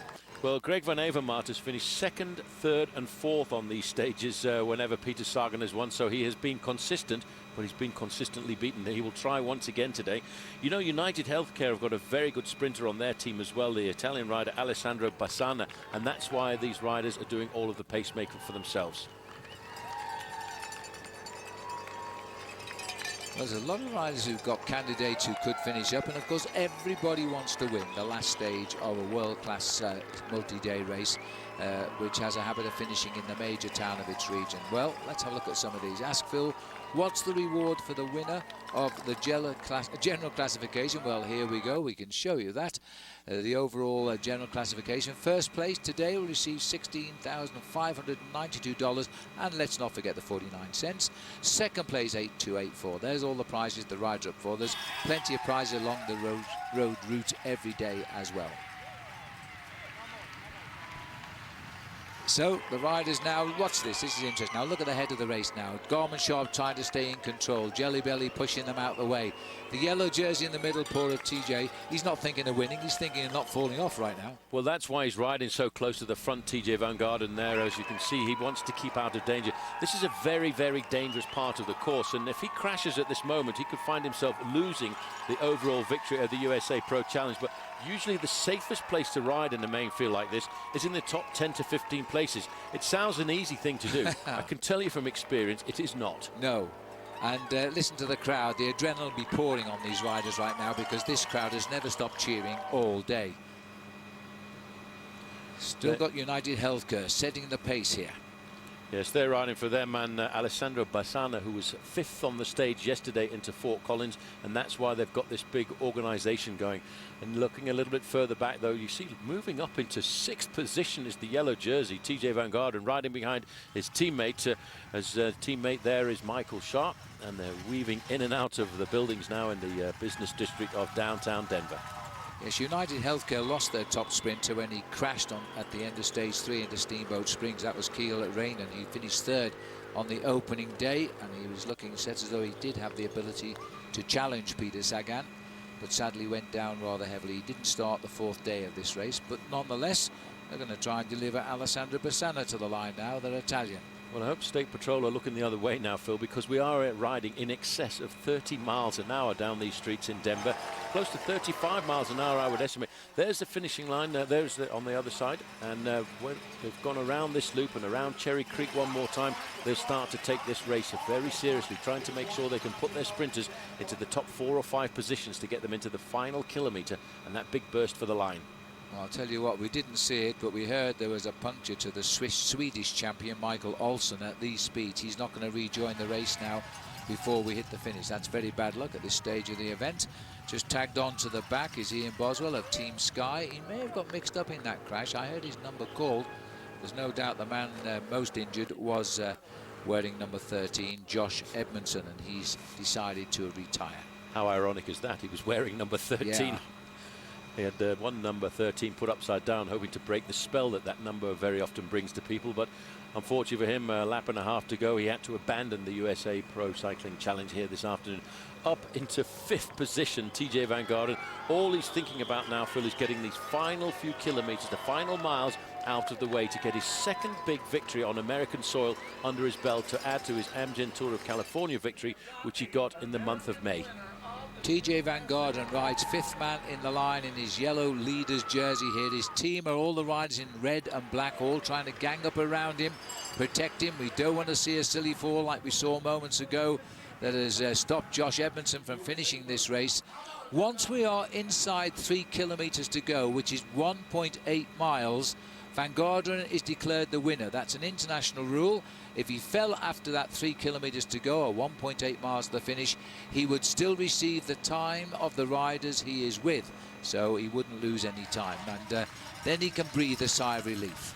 Well, that's what he'll be doing. He'll be looking onto his onboard computer there just to figure out how many more kilometers to go. The man everybody wants to beat is Peter Sagan in that lime green jersey. He's won 3 stages out of 6 so far. He's the outright favorite. And just to explain by the way, that TJ Van Garderen does not need to win this final stage because he's leading this race on time. It's been all about time for him, whereas on the other hand, Peter Sagan has lost a lot of time in the mountains. On one individual stage, he lost 16 minutes, which put him way down in the overall standings. That's right, and all the riders who finish alongside each other get the same time. That's most important. TJ knows it as well as everybody. He's sitting there in a very strong position. He's moved up to 4th place now as United Healthcare keep the pressure on. Keep this line strung out. That stops the riders at the back moving to the front because they are just about fully committed as far as speed goes. Now a change at the front. 4 kilometers to go to the finish now, and it's Team Argus Shimano in the white jersey moving forward. They have got an excellent sprinter in their midst, and that, of course, is Luka Mecic, the rider from Slovenia. This is Michael Shaw riding in front of TJ Van Garderen. Yes, looking after TJ Van Garderen, but double-headed thinking now by Team BMC because they're also thinking of delivering Greg Van Avermaet, their sprinter, to the line first, as Van Garderen sits in 4th place. Team United Healthcare for Bazzano are there, and as so often this far out from the finish, we don't see Peter Sagan. No, we don't. The 2nd place rider there for BMC is the American rider on that squad, and that's Brent Buchwalter. They are trying to keep the pace nice and high because looking a little bit further back, you see Peter Sagan. He's looking at the back wheel of the teammate in front of him. He's now no longer having a bit of a laugh. It's Damiano Caruso is the rider pacing him. He's just getting himself psyched up, just getting himself into that mental phase to prepare for what is going to be a rip-roaring sprint to the line. TJ Van Garderen, what is he thinking now? He's just thinking, let's get this over with, boys, and then I can get up on the podium and get my final yellow jersey as winner of this race. I've finished 2nd, I've finished 3rd. Now I want to finish 1st. He's got his teammates working for him at the front. Michael Shaw in that white jersey. He wears white. It's the colours of his championship jersey. He's champion of Switzerland, but very much on the same team as TJ and the boys. Quite amazing. Michael Shaw has been such a solid rider for many, many years, and he's only got 1 victory to his career, and that was this year when he won that national title in Switzerland just a week before the start of the Tour de France. We're looking at 35 miles an hour here in downtown Denver, and the teams of the sprinters now are taking this very, very seriously, and just looking through the trees there, it appears to be the white jerseys of Argus Shimano trying to set the sprint up for their Slovenian Luka Mecic. Riders fanning out. If they sense a dropping of the pace, they'll move forward, and it looks as though that's exactly what's happening on the right of our picture now as Argus Shimano in the white. They're trying to deliver Luka Mecic to the line. He's not won a race this year. He won a hatful of rides last year in China, but he now would love to get the better in a race at this level over Peter Sagan. Well, the Novo Nordisk riders are also moving up forward to the front as well, Phil, today, because if you remember yesterday, Andrea Piron, the Italian on that squad, he finished in 6th place on the stage. So this is a final big stage. There is Sagan just ducking and diving, moving left and right, trying to find the right wheel he wants to follow. And I think, Phil, what he wants to do, he wants to follow the wheel of the Belgian rider, Greg Van Avermaet. Smiles from Christian van der Velde as he winds down. This is his last race in the United States. He's saying bye-bye to his fans. He'll do a couple of more races in Europe, and then he's into retirement for Christian van der Velde, the winner of this race a year ago. Yes, a completely different scenario on that occasion. It was an individual time trial on the final stage, but he took the yellow jersey away from the man who leads the race this year, TJ Van Garderen. Cannondale have done a phenomenal job here this afternoon. They've kept this pace high. They stopped the breakaway, building up a big advantage. Now they're trying to set it up for what they hope will be a fairy tale finish. The Maxis 1 kilometre to go sign is there. 1 kilometre to go, 0.8 of a mile as the riders wind it up now. It is the team of Metchek who has got to the front, and this is a cheeky move. This is the yellow jersey of the race hitting the front. Now into Aspen, he moves right up alongside Peter Sagan in the sprint, but I think today he's lifting it for Greg Van Avermaet. Making it fast like this creates the factor that it's a nice, smooth, sensible race. It stops any confusion. You can see Freddie Rodriguez in the red, white and blue for the United States. He's the national champion. Sorry about the pictures, but they split up the back of the race. This has, as they race towards the line now. Cannondale, Sagan is moving into position. They'll all have noted that. They've got a great lead out. 2 riders from Cannondale in front of him. Peter Sagan is up to 3rd place. Freddie Rodriguez has got boxed in, but there's a big move now coming right down the middle. Well, it's going to be a great chance for Is this Ryan Anderson going to take it out as he comes up towards the line now? Peter Sagan goes 4 in a row. The crowd gave a tumultuous roar there for him. A roar as he crossed the line. He only just braked to get round that corner. He makes it look so easy, but and again, Paul, it worked out perfectly. And there is number 31. He will be the winner now of this year's USA Pro Challenge, TJ Van Garderen from Aspen, Colorado. Congratulated there by Jess Anthony of the rival Optum Kelly Benefit Strategies team. But TJ Van Garderen, who is a new resident of Aspen, he's lived in Boulder as well. He's been around as TJ, but now he's given the win he's been looking for. The first year of this event, 3 years ago, he was 3rd. Last year, he was 2nd. He was the natural successor to that vacant podium. Yes, as you say, Phil, a natural progression. Every year he's got better and better, but I think he broke a psychological barrier in May when he won the Amgen Tour of California, his first big win. And his first big win in a stage race, and today he's crowned that with the 2nd one. And Ryan Anderson confirmed with his 2nd place sprint. He almost pulled off the shock result there, and a great sprint by Ryan as well for the Optum Kelly Benefit Strategies, but Peter Sagan timing it to perfection as he gets his 4th win of the week. Yeah, that's a Japanese rider just coming in there, Naruyuki Masuda. He did a lot of pacemaking early on, and there is the winner. In the green jersey, he's the Cliff Bar Sprint champion in his first visit to Colorado. He's never ridden this race before. Let's have a look at that sprint, because it looked to me as though Ryan Anderson had cracked it near the finish. Yeah, but you can't discount this man. Just look where he is now. He's in 2nd position. He was led out perfectly by a couple of teammates, but it's all about this jump that he's got in the final 50 metres. There's hardly anybody in the world nowadays can match that. Peter Sagan, he makes it look so easy as he comes out of the pack. That's 4 wins, Phil, out of 7 stages of this race. How amazing is that? His 18th win of the year as well. He won 19 races last year, so he's still got a time to improve on that. Look at that, folks. How easy is that, he says. Well, he makes it look so easy, and I tell you what, he had to put the brakes on quite rapidly going around that corner. TJ Van Garderen, though, in the yellow jersey, is going to be very happy with this victory this afternoon. And a big congratulations to his team, because his team will also win the team prize, because they've been so strong throughout the whole of this race.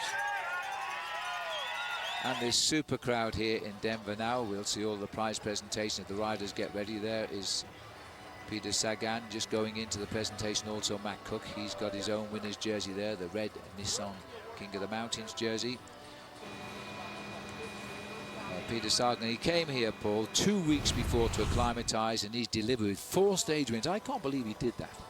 Well, there's Sagan getting the victory, but just look a little bit further down the line of riders there. There is TJ Van Garderen, also lifting his arms in a victory salute. His position on the day was not important. It was all about the time, just making sure he stayed in contact with the main field. So TJ Van Garderen hadn't won a multi-day race until this year, and in the Amgen Tour of California, he won that. And we thought he was setting himself up for a great crack at the Tour de France. He was a little bit disappointed in July, but he's come back well here. He's come home to Colorado, and he's the winner today of the USA Pro Challenge. The 2 big races in the USA, he's won them both this year. I think Phil now towards the end of this season has become psychologically a much more comfortable rider with his own self. So they're all making their way now to the presentations, and let's have a look at the confirmation of the United Healthcare stage results. And almost a surprise win for Ryan Anderson. Good luck to him. He's a good sprinter from Canada. Peter Sagan gets it though in 2:27 for 72 miles. You couldn't do that in a car around Denver. Alessandro Bassano in third place, so the Healthcare were right to ride for him today. Luka Mecic beaten from his traditional second to fourth. Greg Van Avermaet was fifth, and the sprinter from Colombia, Avila, in sixth. Then we can look further down, Andrea Perron and Novo Nordisk in eighth, and Michael Shaw completing the top 10. We'll take a break, give the riders a chance to quick sponge over the face, and then we will see them on the podium right here in the center of downtown Denver, outside City Hall.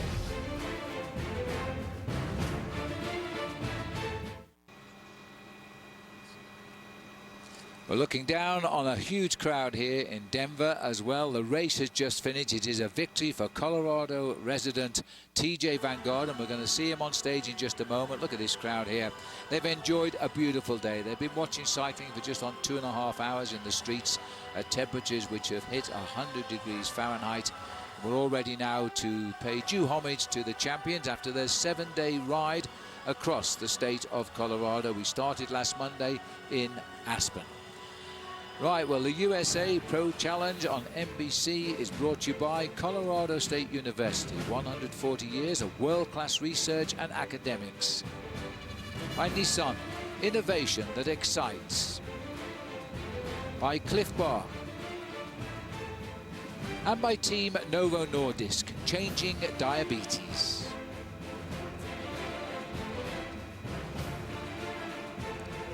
Well, the winner today was Peter Sagan, but the man who will finish third in this race is Tom Danielson, and now Steve Sanger is with him. Tom, I know the week didn't go exactly the way you wanted it, but size up your overall performance here in Colorado. Yeah, I mean, I'm very happy with being on the podium in Colorado USA Pro Cycling Challenge. You know, it's been eluding me for 2 years, and the course is always challenging for me. There's not a true mountaintop finish. And that's really my strength. So with a competitor like TJ, I really needed a mountaintop finish. I did the best I could on Beaver Creek. He was very strong. He ended up putting time to me in the downhill, and then in the rest, you know, he beat me in the time trial. So for me, getting on the podium is a win, and I'm very happy. And thanks to my teammates on the Garmin Sharp team, they did a phenomenal job all week. In retrospect, is there any one or maybe two things you would have done differently? Absolutely not. I mean, we did a great job. We did a great job with Lockie getting him in the jersey, and then on Beaver Creek, you know, we really rode flawlessly. You know, obviously I couldn't stay with him on the downhill, but you know, put in a big attack on the climb and really put everyone into difficulty, and that was a phenomenal performance on my part. So I'm very happy with that, and the team did a great job. So no, I raced my heart out. My team raced their heart out, and we ended up on the podium. So you got to be happy with that. I know this race is a prominent goal for you, so what's it going to take to finally get the win here? Mountaintop finish. We'll look ahead at the course next year. Tom, thanks for the time. Thank you very much.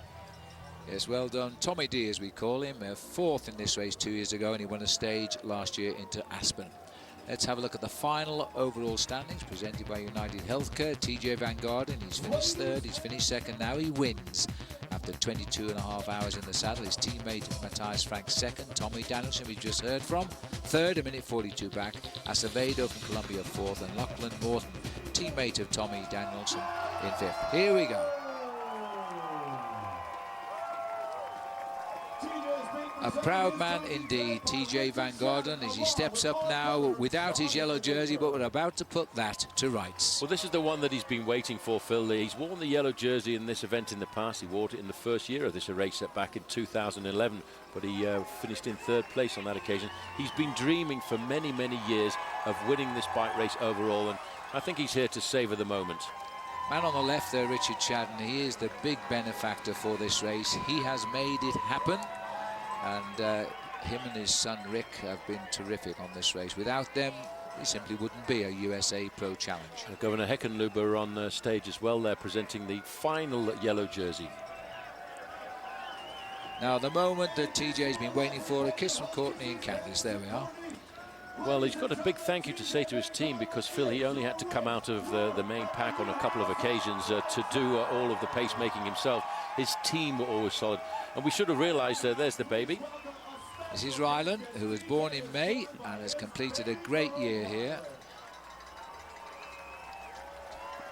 And that was his wife, Jessica, who's just delivered Rylan. And she's probably said in his ear, your turn to babysit tonight. Well, I think that will be the situation. You might just have noticed they were very clever in putting a yellow ribbon in there as well.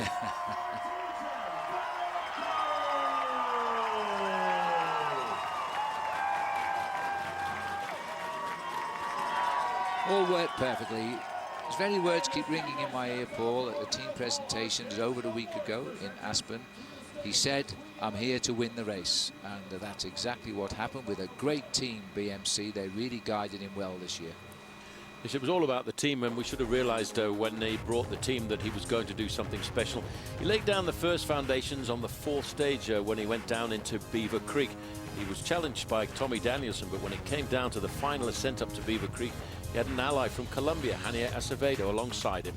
Yes, the Colombian said, I'll help you, providing you let me win. Well, there's no reason not to, because it wasn't gaining any time. So man in yellow was TJ Van Garderen.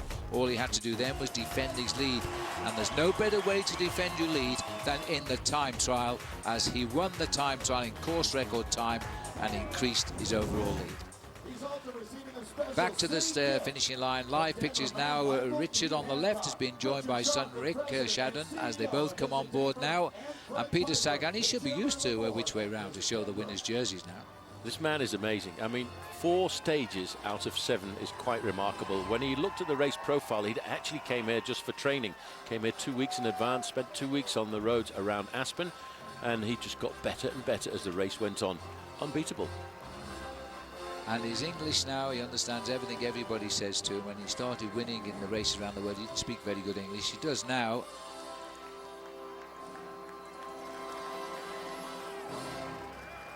First visit to Colorado. He's never been here before. He's been well received, to say the least. Well, he first started coming to the United States back in 2010 when he participated in the Amgen Tour of California. He's been very dominant there, and he's taken that ritual right the way through to Colorado now. Well, still only 23.5 years of age, Peter Sagan. He's brought his win tally up to 60 wins now, 18 of them this year.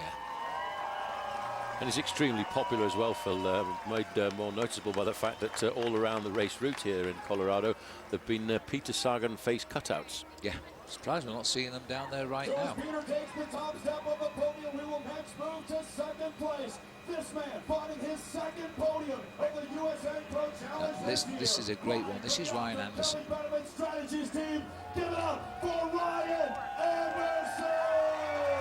There's a little Sagan head over on the left-hand side. I have to tell you, Phil, at one moment there, I thought that Ryan Anderson had got the jump on Peter Sagan, but Sagan stayed calm and collected in the slipstream, used the old NASCAR slingshot to get himself out of the slipstream and get the victory. But I'd take my hat off to this man, Anderson. That was a great ride for 2nd place.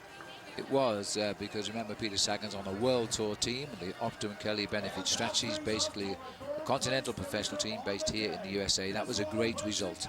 Could have so easily have been first today.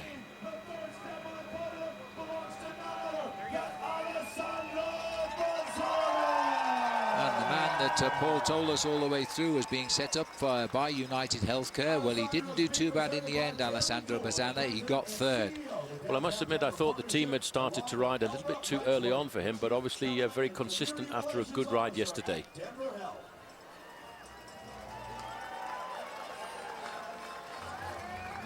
So as we watch here now, this is the podium of the day. 1st, Peter Sagan, 2nd, Ryan Anderson, and 3rd, Alessandro Bazzana.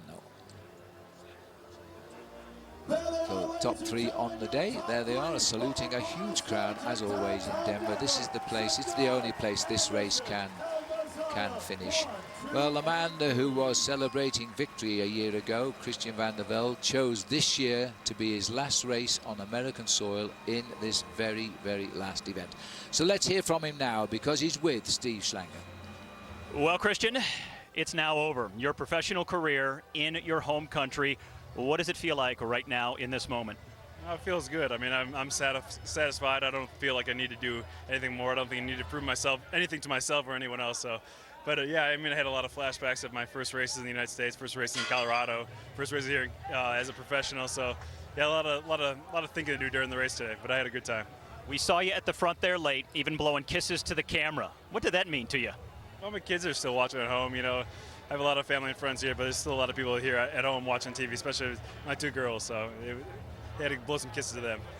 How long is it going to take for everything to sink in? Not just racing in the U.S., but reflecting on your whole career and putting it in context. I think a long time. It really does. I mean, it takes a long time to realize what I did when I was a kid and what I did last year, what they did, and then just how crazy of a lifestyle this really is, you know, and just racing. And I had a little bit of time to think about that during the Tour de France when I crashed out and looking at the sport from the other side with you in the box, and just it's a lot to look at. So I don't know. It's going to take a while to sink in, but as of right now, as of today, I'm very happy with my career. And besides chasing the kids around the house, what's next and long term for you? I really don't know. I mean, I've been running around for the last 20 years. I'm gonna relax a little bit and enjoy my time at home. Christian, been quite a ride. Thanks very much. All right, thanks, Steve. Every success for the future to Christian Vande Velde. Matt Cook there taking his proudest moment as winner of the King of the Mountain, sponsored by Nissan. We can show you the standings there now. Matt Cook was the only wearer of that red jersey throughout. Matthias Frank finishing second, Cook's teammate Tyler Wren third, Lachlan Morton fourth, and TJ Van Garderen finishing there in 5th place in the mountains competition. Now we'll go back to the Clif Bar sprint competition, and this is another green jersey in history for Peter Sagan. Sagan makes a habit of picking up green jerseys, Paul. He's won the last 2 years in the Tour de France. He's won the Amgen Tour of California. Now he's doing this. In California, he won it 4 times. He's such a consistent rider and such a rider he's unbelievable in the fact that he can win on the flat stages and the mountainous ones. All smiles. He's going to have a little bit of excess baggage when he flies back home with all the prizes he's been winning here. Let's have a look then. As we look at the Clif Bar final standing, Sagan eating up the opposition, 30 points more than the Belgian sprinter from BMC, Greg van Avermaet. Luka Metzik tried, but he's still looking for his first win of the year. He finished 3rd. So let's go back downstage there with Steve Slanger, because now he is with Ben King. Ben, you're the most courageous rider for the race. Maybe the easiest decision of the week, given that you crashed pretty hard just before the race started. Tell me what happened. I did. I was training up in Snowmass, and a car turned right in front of me on a downhill without signaling. It didn't see me coming. It was an innocent mistake, but it ran me off the road, and I belly flopped on a boulder at about 50k an hour.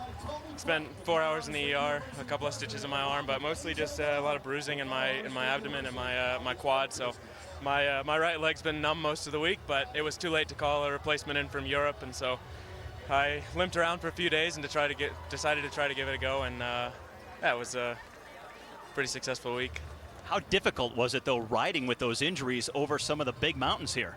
The big mountains here are hard without any injuries, but I made it through. I wouldn't have raced if I couldn't have done my job. I didn't need to ride here to prove I could finish the Tour of Colorado, or USA Pro Challenge. But it was yeah, it was good. I felt I was able to do my job for the team, get water bottles, and do some work on the front and go in the breakaway in the last stage. Well done. Thanks. Yeah, thank you very much. I mean, look at the crowds out here. Unbelievable. It was such an awesome experience. Yeah, well done, Ben. Well, yes, it was a great shame when he was run off the road by that vehicle up in that Snowmass, but he's finished the race here, and here he is now. He's been voted the First Bank most aggressive rider of the day. And he certainly worked hard. It was his attack that started that 7 men on almost a race-long breakaway.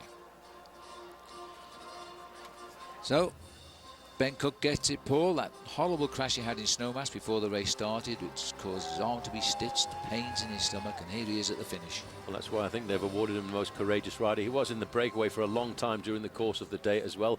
And again, one of the youngsters that we're talking about for many, many years to come. He's on a great team, Radio Shack. It'll be called Trek Cycling Team next year, and he'll be part of that. Another American team making its way in the world of professional cycling as well.